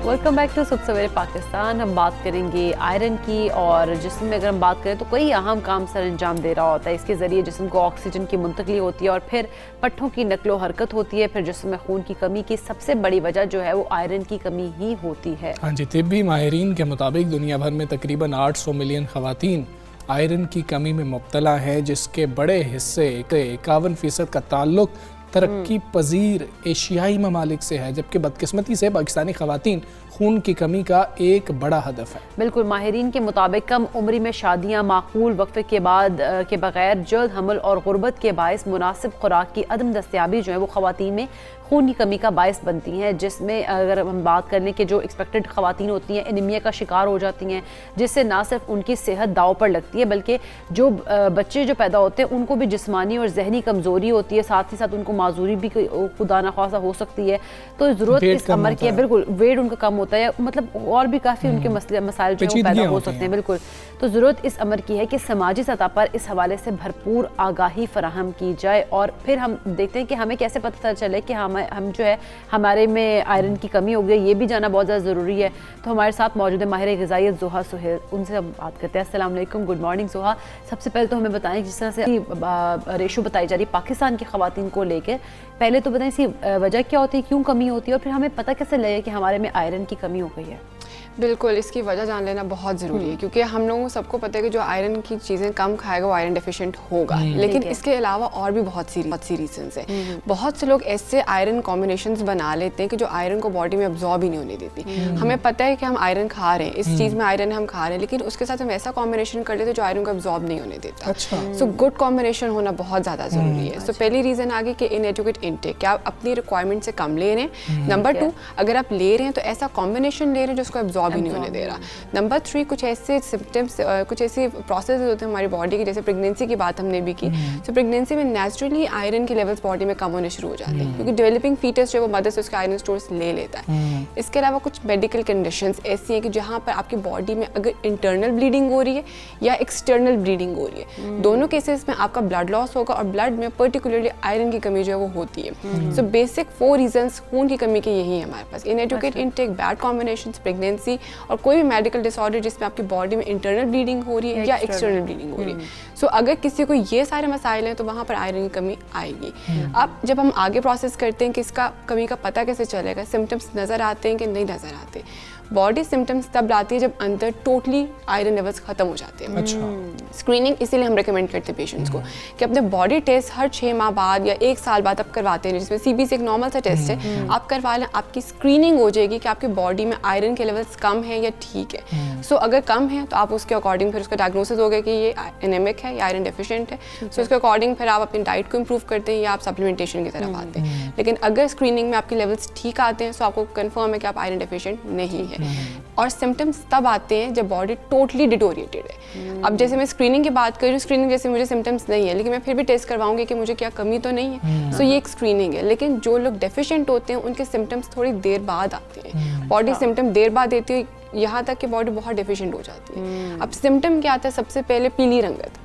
लेकिन पीली रंगत को हम जॉन्डिस के साथ भी मिक्स कर देते हैं। बहुत से लोगों को पीली रंगत जॉन्डिस की वजह से हो रही होती है और वो समझ रहे होते हैं कि शायद हमें खून की कमी है। तो यहाँ पर स्क्रीनिंग दोबारा से इंपॉर्टेंट है कि आपको कंफर्म हो जाए कि पीली रंगत जॉन्डिस की वजह से या खून की कमी की वजह से, क्योंकि जॉन्डिस में भी आपकी आंखें पीली हो रही होती हैं, आपके नेल्स पीले हो रहे होते हैं, स्किन खराब हो रही है। सो यहाँ पर स्क्रीनिंग ज़रूरी है। सो पीली रंगत के बाद बहुत से लोगों को सांस लेने में मुश्किल आ रही होती है, बहुत खींच उनको सांस लेना पड़ रहा होता है। बहुत से लोग बहुत थका हुआ फील करते हैं, डिजीनेस फील करते हैं। क्यों फील करते हैं? क्योंकि आयरन हीमोग्लोबिन एक इम्पॉर्टेंट चीज़ है जो खून में जब तक नहीं होगी आपका ब्रेन, आपकी बॉडी काम नहीं कर पाएगी। न्यूट्रिएंट्स प्रॉपर तरीके से बॉडी में सप्लाई नहीं हो सकते जब तक आप आयरन डेफिशिएंट है, क्योंकि आयरन ने हीमोग्लोबिन बनाना है और हीमोग्लोबिन बॉडी के अंदर एक ऐसा पिगमेंट है जो ऑक्सीजन सेल्स को देता है। जब सेल तक ऑक्सीजन नहीं जाएगी, न्यूट्रिएंट्स नहीं जाएंगे, वो काम नहीं कर पाएंगे। और आपके लिए बहुत ज़रूरी है कि इन ऐसी चीज़ों का इस्तेमाल रखें जो बॉडी में जाके आयरन को बनाएं, ताकि हम इन सिम्टम्स से बच सकें। अब वो कौन सी चीज़ें हैं, मतलब वो कौन सी खुराकें हैं जो हमें लाजमी तौर पर आयरन इनटेक जहाँ से हमारा बढ़ जाए वो लेनी चाहिए? अब यहाँ पर बहुत इंपॉर्टेंट, क्योंकि पाकिस्तान में बहुत से लोग वेजिटेरियंस भी हैं और नॉन वेजिटेरियंस भी हैं, ठीक है। तो आयरन एक ऐसी चीज़ है जो हमें दोनों चीज़ों से मिल जाती है, जानवरों से मिल जाती है और पौधों से मिल जाती है। सो अगर कोई बंदा वेजिटेरियन है तो उसको बिल्कुल परेशानी की ज़रूरत नहीं कि हम अपनी आयरन की रिक्वायरमेंट कैसे पूरी करें। लेकिन भरपूर जो एक आयरन है वो हमें एनिमल सोर्सेज से ही मिलती है, जिसको हम कहते हैं कि अगर कोई आयरन डिफिशिएंट है तो उसको एनिमल सोर्सेज ही लेने चाहिए। सबसे फर्स्ट पे कलेजी आ जाती है। बट कलेजी के इंटेक हम लोग प्रेगनेंसी के अंदर इतना रिकमेंड नहीं करते। सो प्रेग्नेंट फीमेल्स कलेजी ज़्यादा कंज्यूम ना करें। लेकिन जैसे बच्चे हैं, ग्रोइंग ईयर्स के लोग हैं, एडोलेसेंट्स, वो कलेजी इस्तेमाल कर सकते हैं आयरन की कमी को पूरा करने के लिए। क्योंकि होता क्या है कि कलेजी में विटामिन ए मौजूद है, जो प्रेगनेंसी में अगर फीमेल्स लेती हैं तो वो टॉक्सिसिटी कर सकता है। विटामिन ए की ज़्यादा कंजम्पशन जो है वो प्रेगनेंसी में थोड़ी ख़तरनाक होती है। सो प्रेग्नेंट फीमेल्स विटामिन ए कलेजी के थ्रू ना लें, आयरन वो किसी और सोर्स से ले सकती हैं। लेकिन जैसे ऐसे गोश्त है हमारे पास, रेड मीट है, वाइट मीट है, फिश है, अंडा है, ये सब आयरन का बहुत अच्छा सोर्स है। लेकिन जैसे स्टार्टिंग मैंने बात की कॉम्बिनेशन, हम ऐसे कॉम्बिनेशंस लेते हैं जो आयरन को एब्जॉर्ब नहीं होने देती। अब जैसे मैंने बताया अंडे में भी आयरन है, चिकन में भी आयरन है, रेड मीट में भी आयरन है। नाश्ते में बहुत से लोग कबाब या अंडा लेते हैं और साथ में चाय ले लेते हैं। ये चीज़ ख़राब है। चाय के अंदर कैफीन है जो आयरन को एब्जॉर्ब नहीं होने देती। सो आपने देखा, आपने आयरन कंज्यूम भी की लेकिन ऐसा कॉम्बिनेशन ले लिया जो उसको एब्जॉर्ब नहीं होने देगा।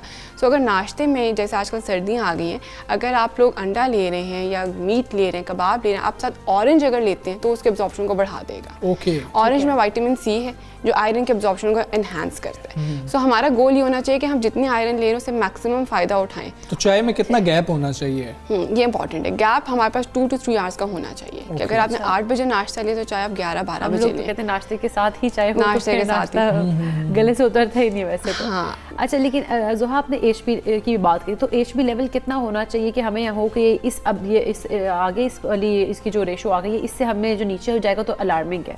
अच्छा, हर एक वैसे लैब की अपनी एक प्रोफाइल होती है, ठीक है, कि किसी का कुछ प्रोफाइल है, किसी कुछ, लेकिन बेसिकली 12 to 16 एक नॉर्मल रेशो में हम लेते हैं। अगर 12 से किसी का कम है तो वो अपने आप को समझ ले कि वो आयरन डेफिशिएंट है, और किसी का 12 से ज़्यादा है तो इट मीन्स कि वो ठीक है, उसको इतनी ज़्यादा टेंशन की फिक्र की ज़रूरत नहीं है। ठीक है। अच्छा ज़ोहा, हम ये भी बताएं कि हम ख़वातीन की ज़्यादा बात कर रहे हैं, क्या मर्द ज़्यादा अफेक्टेड नहीं है आयरन की कमी से?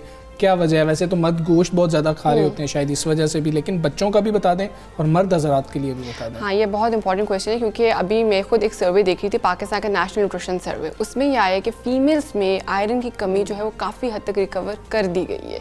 फीमेल्स बहुत ज़्यादा कंसर्न है अपने आयरन लेवल्स को देखें। आपको देखें कि टीनेजर्स में लड़कियाँ बच्चियाँ इस चीज़ पर कंसर्न होती हैं कि आयरन की कमी ना हो जाए, और मेल्स को हम फोकस नहीं करते। सो अब ये है कि उस सर्वे के अकॉर्डिंग है कि मेल्स जो हैं वो डेफिशिएंसी की तरफ जा रहे हैं और फीमेल्स जो हैं वो डेफिशिएंसी से निकल आई हैं। सो ये चीज़ जब हम लोग रिसर्च पेपर्स देखते हैं, लिटरेचर रिव्यू करते हैं, तो वहाँ से पता चलता है, क्योंकि कंसेप्ट है ना कि फीमेल्स में आयरन की कमी है, मेल्स में नहीं हो सकती। सो मेल्स अब डेफिशिएंसी की तरफ जा रहे हैं, फीमेल्स उससे रिकवर कर गई हैं। सो अब यहाँ पर जैसे मैं स्टार्टिंग में बात करी थी कि एनिमल सोर्स से भी आयरन हमें मिल जाता है और वेजिटेरियन सोर्सेज से भी मिल जाता है। सो दोनों चीज़ों की कंजम्पशन करनी बहुत ज़रूरी है। अब अगर कोई वेजिटेरियन है जो आयरन एनिमल सोर्सेज से नहीं खा सकता, वो साग इस्तेमाल कर सकते हैं, वो पालक इस्तेमाल कर सकते हैं, आयरन का एक वेजिटेबल, ग्रीन लीफ वेजिटेबल्स। लेकिन अगेन कॉम्बिनेशन इंपॉर्टेंट है। सो आयरन को विटामिन सी के साथ इस्तेमाल करें, कैल्शियम के साथ और कैफीन के साथ आयरन का इस्तेमाल नहीं करना। अब जैसे बहुत से लोग पालक के साथ दही की चटनी बना लेते हैं, ठीक है। सो साग के साथ भी अगर कोई लस्सी कंज्यूम करे, ऐसा कोई कॉम्बिनेशन अगर है जिसमें दूध का इस्तेमाल है, वो ना करें, क्योंकि आयरन और कैल्शियम इकट्ठे अब्जॉर्ब नहीं होते। तो आपने ध्यान रखना कि अगर आप फॉर एग्जांपल जैसे चिकन के साथ हम रायता ले लेते हैं, तो वो नहीं लेना, वो आयरन को अब्सॉर्ब नहीं होने देगा। हम लोग तो फिर कॉम्बिनेशन ही खराब कर देते हैं, इसीलिए तो कमी है, क्योंकि हमें पता ही नहीं है, हमें अंदाजा ही नहीं है। सो कॉम्बिनेशन बहुत इंपॉर्टेंट है, सोर्सेज इंपॉर्टेंट है। अदर देन प्लांट सोर्सेज और एनिमल सोर्सेज, आयरन हमें बहुत छोटी जो हर्ब्स हैं वहाँ से मिल जाते हैं, जैसे सनफ्लावर सीड्स हैं, सूरजमुखी की भी, जैसे आप बच्चों की बात कर रहे थे कि बच्चों में भी आयरन की कमी हो जाती है। सो बच्चों को मैं वैसे भी सनफ्लावर सीड्स सुबह नहार मुँह जरूर रिकमेंड करती हूँ। एक तो हेल्दी वेट की तरफ लेकर जाते हैं बच्चों को, और आयरन की कमी उनके अंदर। किस उम्र के बच्चे हैं वो भी बता दें। अच्छा, उम्र ये है कि 13 साल की उम्र तक आप बच्चों को दे सकते हैं। उसके बाद भी आप बच्चों पर डिपेंड करता है ना, कि अगर बहुत से बच्चे जैसे ओबीज हो जाते हैं आजकल, जैसे बहुत से सेडेंटरी लाइफस्टाइल हमारा चल पड़ा है, चाइल्डहुड ओबेसिटी बढ़ रही है, तो डिपेंड करता है कि बच्चा कितना ओबीज है, क्या उसका वेट है। अगर तो अंडर वेट है तो वहाँ पर हम सनफ्लावर सीड्स देते हैं, अगर नॉर्मल वेट है तब भी देते हैं, लेकिन अगर ओबेसिटी की तरफ जा रहे हैं तब नहीं देते हैं, या पोर्शन कंट्रोल करके देते हैं। सो बच्चों को सनफ्लावर सीड्स दें, रेजिन्स दें, किशमिश जिसको हम कहते हैं, अखरोट दें, एप्रिकॉट्स दें, ये आयरन के अच्छे सोर्सेज हैं। अखरोट मैं इसलिए कह रही हूँ ताकि वो वेट को बढ़ाने में रोल प्ले करता है। आयरन का एक अच्छा सोर्स नहीं है, लेकिन वेट गेन करने में इंपॉर्टेंट रोल प्ले करता है, क्योंकि जब बच्चे का वेट अच्छा होता है तो वहाँ पर इम्यूनिटी उसकी ठीक रहती है, और वो बाकी चीज़ों की डिफिशियंसी की तरफ जाने से भी रुक जाता है। बिल्कुल ठीक है ज़ोहा, बहुत शुक्रिया आपका। सबसे पाकिस्तान हिस्सा बनी और हमें बता रही थी कि अब मर्द हज़रात भी थोड़े से जो हैं चुकन्ने हो जाएं, क्योंकि ख़वातीन ने बहुत ज़्यादा मेहनत की है, बहुत ज़्यादा इंटरेस्ट लिया है और अपने टेस्ट करवाती रही हैं और अपने आयरन लेवल चेक करती रही हैं। अब आप लोगों ने भी करना है, क्योंकि अब आप लोग डेफिशिएंसी की तरफ हैं और आप लोग ध्यान ही नहीं दे रहे होते, और फिर जो कॉम्बिनेशंस हमारे ख़राब है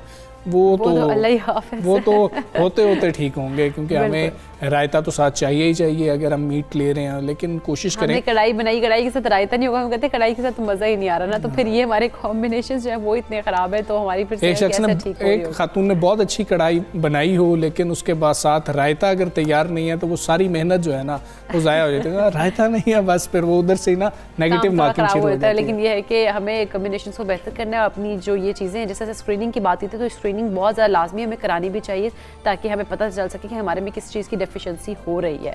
और अब हम आपको लेके चलेंगे सहराए चोलिस्तान, जहाँ पर लाखों बाशिंदे जो हैं वो रिहाइश पजीर है, जिनके लिए सबसे बड़ा मसला पानी का है। हाँ जी, हम इधर आयरन की बात कर रहे हैं, हम कैल्शियम की बात कर रहे हैं, और साफ़ पानी जो है वही मैसर नहीं है लोगों को। पानी की कमी के बायस खुश्क साली के ख़तरात मंडला रहे हैं, और इंसान और बेजुबान जानवर पानी के कतरे कतरे को वहाँ तरस रहे हैं। चोलिस्तान से हमारे साथ मौजूद हैं अमजद अवान, उनसे जानते हैं कि वहाँ पर क्या सूरत हाल है। जी अमजद, बता कि चोलिस्तान में इस वक्त क्या सूरत हाल है पानी की, और मकामी आबादी को किन मसाइल का सामना करना पड़ रहा है? जी बिल्कुल, चोलिस्तान में इस वक्त पानी की सूरत हाल जो है वो बड़ी तशवीशनाक हो चुकी है। बारिशें न होने की वजह से टोबा जात के अंदर जो है वो पानी ख़त्म हो चुका है। चोलिस्तान में अगर हम बात करें टोबा जात की, तो 1700 से ज़ायद टोबे मौजूद हैं चोलिस्तान में, जिनमें से बेशतर जो है वो टोबे खुश्क हो चुके हैं। चोलिस्तानी जो है वो अपने जो इलाके हैं उनसे नकल मकानी करने पर मजबूर हो चुके हैं। हम लोग नकल मकानी इसलिए कर गए हैं कि यहाँ पे एक तो प्रॉपरली पानी नहीं, क्योंकि सिलट से भर चुके हैं ये टोबे, इनकी गुज़श्ता 3-4 साल से कोई भल सफाई नहीं हुई, पानी की स्टोरेज कैपेसिटी बिल्कुल ज़ीरो हो गई है। और इसके अलावा ये जो हमें पाइपलाइंस गवर्नमेंट ने दी हुई हैं, वो भी महकमा के अदम दिलचस्पी या कह लें, या ना फंड्स की ना दस्तयाबी की वजह से कुछ भी कोई भी रीज़न है कि वो जगह जगह से लीक हैं जिनको रिपेयर नहीं किया जा रहा और अपनी वो जो शेड्स हैं वहाँ पे पानी नहीं पहुँच रहा। जी बिल्कुल, इनका कहना है जो सबसे बड़ी वजह है इन टोबा जात की भल सफाई नहीं की गई। इनका यही मुतालबा है कि फौरी तौर पर जो है वो पंजाब हुकूमत नोटिस ले और इन तमाम टोबा जात की भल सफाई की जाए ताकि बारिशें होने के बाद जो है वो काफ़ी मिकदार में पानी स्टोर हो सके और वो अपनी ज़िंदगी जो है वो हंसी खुशी गुजार सकें। जी ठीक है अमजद, बहुत शुक्रिया आपका, आप हमें आगाह कर रहे थे जो पानी का मसला है। आप आगे बढ़ेंगे और इस वक्त मैच जारी है, पहला टेस्ट मैच है पाकिस्तान और बांग्लादेश के दरमियान, उसका दूसरा रोज़ है। पहला रोज़ आगाज़ बेहतरीन था पाकिस्तान का, लेकिन उसके बाद क्या ही कमबैक किया बांग्लादेश के दोनों बैट्समैन। एक्सपेक्ट नहीं किया जा था कि जिस तरह से हम लोग मतलब सब भी बात कर रहे थे कि बांग्लादेश की जो टीम है वो इतनी टेस्ट में इतनी वो बहुत ज़्यादा अच्छी नहीं है, पाकिस्तान से आगे नहीं, लेकिन जैसे कमबैक किया उन्होंने। और मैं कहती हूँ हमजा कि जैसे उन्होंने 4 खिलाड़ी इतनी जल्दी आउट हो गए, 49 पे आउट हो गए एग्जैक्टली, और उस पर हालांकि टीम में एक प्रेशर हो जाना चाहिए था, लेकिन वो प्रेशर हमें दिखाई नहीं दिया। और उसके बाद 206 रन की पार्टनरशिप लगी है, 255 पर 5वीं विकेट गिरी है और मुशफिकुर रहीम 91 रन बना सके। लिटन दास, जितनी दोनों की तारीफ की जाए वो कम है। अब 315 पर 8 खिलाड़ी इस वक्त आउट हैं। तो इस वक्त विकेट कैसा बिहेवियर विकेट का है, कैसा लग रहा है बॉलर्स को वहाँ पर और बैटर्स को वहाँ पर कैसा लग रहा है? ये एक्चुअली टर्म चेंज कर दिया ना आईसीसी ने, तो हमारे ज़ुबानों पर बैट्समैन ही चढ़ा हुआ है। बात करेंगे मिर्ज़ा इकबाल बेग साहब हमारे साथ मौजूद हैं। मिर्ज़ा इकबाल बेग अस्सलाम वालेकुम, गुड मॉर्निंग सर। सर ये कल 4 विकेटें बड़ी जल्दी गिर गई, लग रहा था कि शायद 100-150 के अंदर आउट कर लेंगे, बड़ी बेहतरीन पार्टनरशिप लग गई, आज भी जल्दी विकेटें गिर गई हैं, विकेट कैसी है सर? देखिए जिस तरीके से आज भी कल भी सुबह के सेशन में हमजा 4 विकेटें पाकिस्तान ने हासिल की। आज भी पहले सेशन में चूंकि गेंद सीम और स्विंग हो रहा था तो पाकिस्तानी फास्ट बॉलर्स ने विकेटें हासिल की। आज हसन अली ने 2 खिलाड़ियों को आउट किया, 1 विकेट आज फहीम अशरफ ने और 1 विकेट शाहीन शाह आफरीदी ने हासिल की।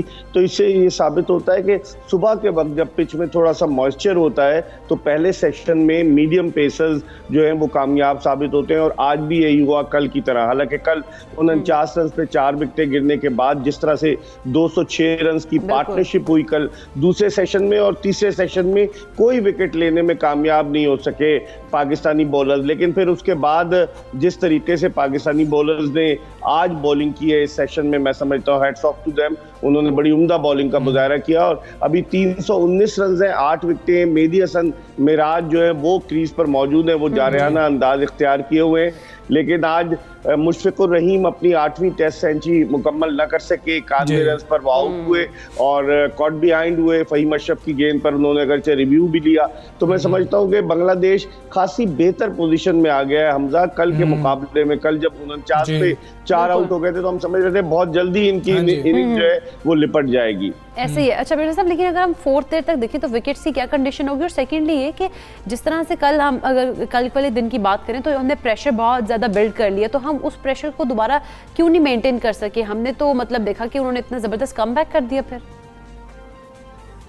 मेरे ख्याल में इतना बॉलर्स की भी हमारे जो सिलेक्शन था वो दुरुस्त नहीं था। साजिद खान जो ऑफ स्पिनर हैं जिन्होंने 2 टेस्ट मैचेस में सिर्फ 2 विकेटें ली थी, अब आप देखें वो 28 साल के नजर तो नहीं आते, हम ज्यादा बेहतर तरीके से बता सकते हैं, लेकिन वो 28 साल के हैं और वो जिस तरह की उन्होंने बॉलिंग की, अगरचे कल उन्होंने 1 विकेट ली लेकिन वो इतनी इंप्रेसिव बॉलिंग नहीं थी। नोमान अली भी इतने नहीं चले, हालांकि उन्होंने साउथ अफ्रीका के खिलाफ सीरीज में कराची टेस्ट में अपने पहले ही टेस्ट मैच में 5 विकेटें ली थी। तो मैं समझता हूँ बॉलर्स के इंतखाब में थोड़ी सी जो है वो गड़बड़ हुई है। मोहम्मद अब्बास ज्यादा बेहतर साबित हो सकते थे यहाँ इस विकेट पर, और जाहिद महमूद जो राइट आर्म लेग स्पिनर है, राइट आर्म लेग स्पिनर हमेशा से जो है वो सक्सेसफुल रहा है। और आप देखें हमजा पहले दिन से कल गेंद ब्रेक होना शुरू हुआ था, कल टर्न हो रहा था गेंद, लेकिन जो विकेट की बात की इकरा ने ज़हूर अहमद चौधरी स्टेडियम चिटागोंग की, इस विकेट के बारे में क्यूरेटर का ये कहना है शिव कुमार का कि ये विकेट जो है वो 5 दिन तक चलेगी, डिटीरियोरेट नहीं होगी, खराब नहीं होगी।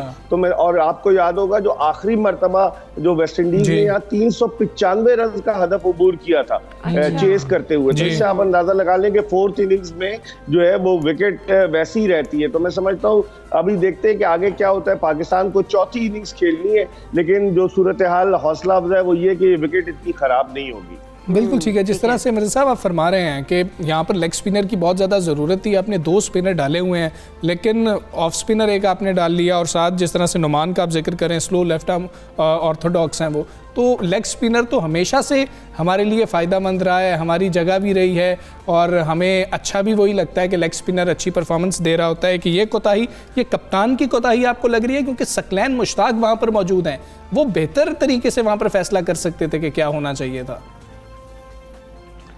हमजा सकलैन बड़े सीजन कैंपेनर हैं, वो इंग्लैंड के, वेस्ट इंडीज के स्पिन बॉलिंग कोच रह चुके हैं, उनसे ज्यादा कौन जानता होगा स्पिन बॉलिंग को।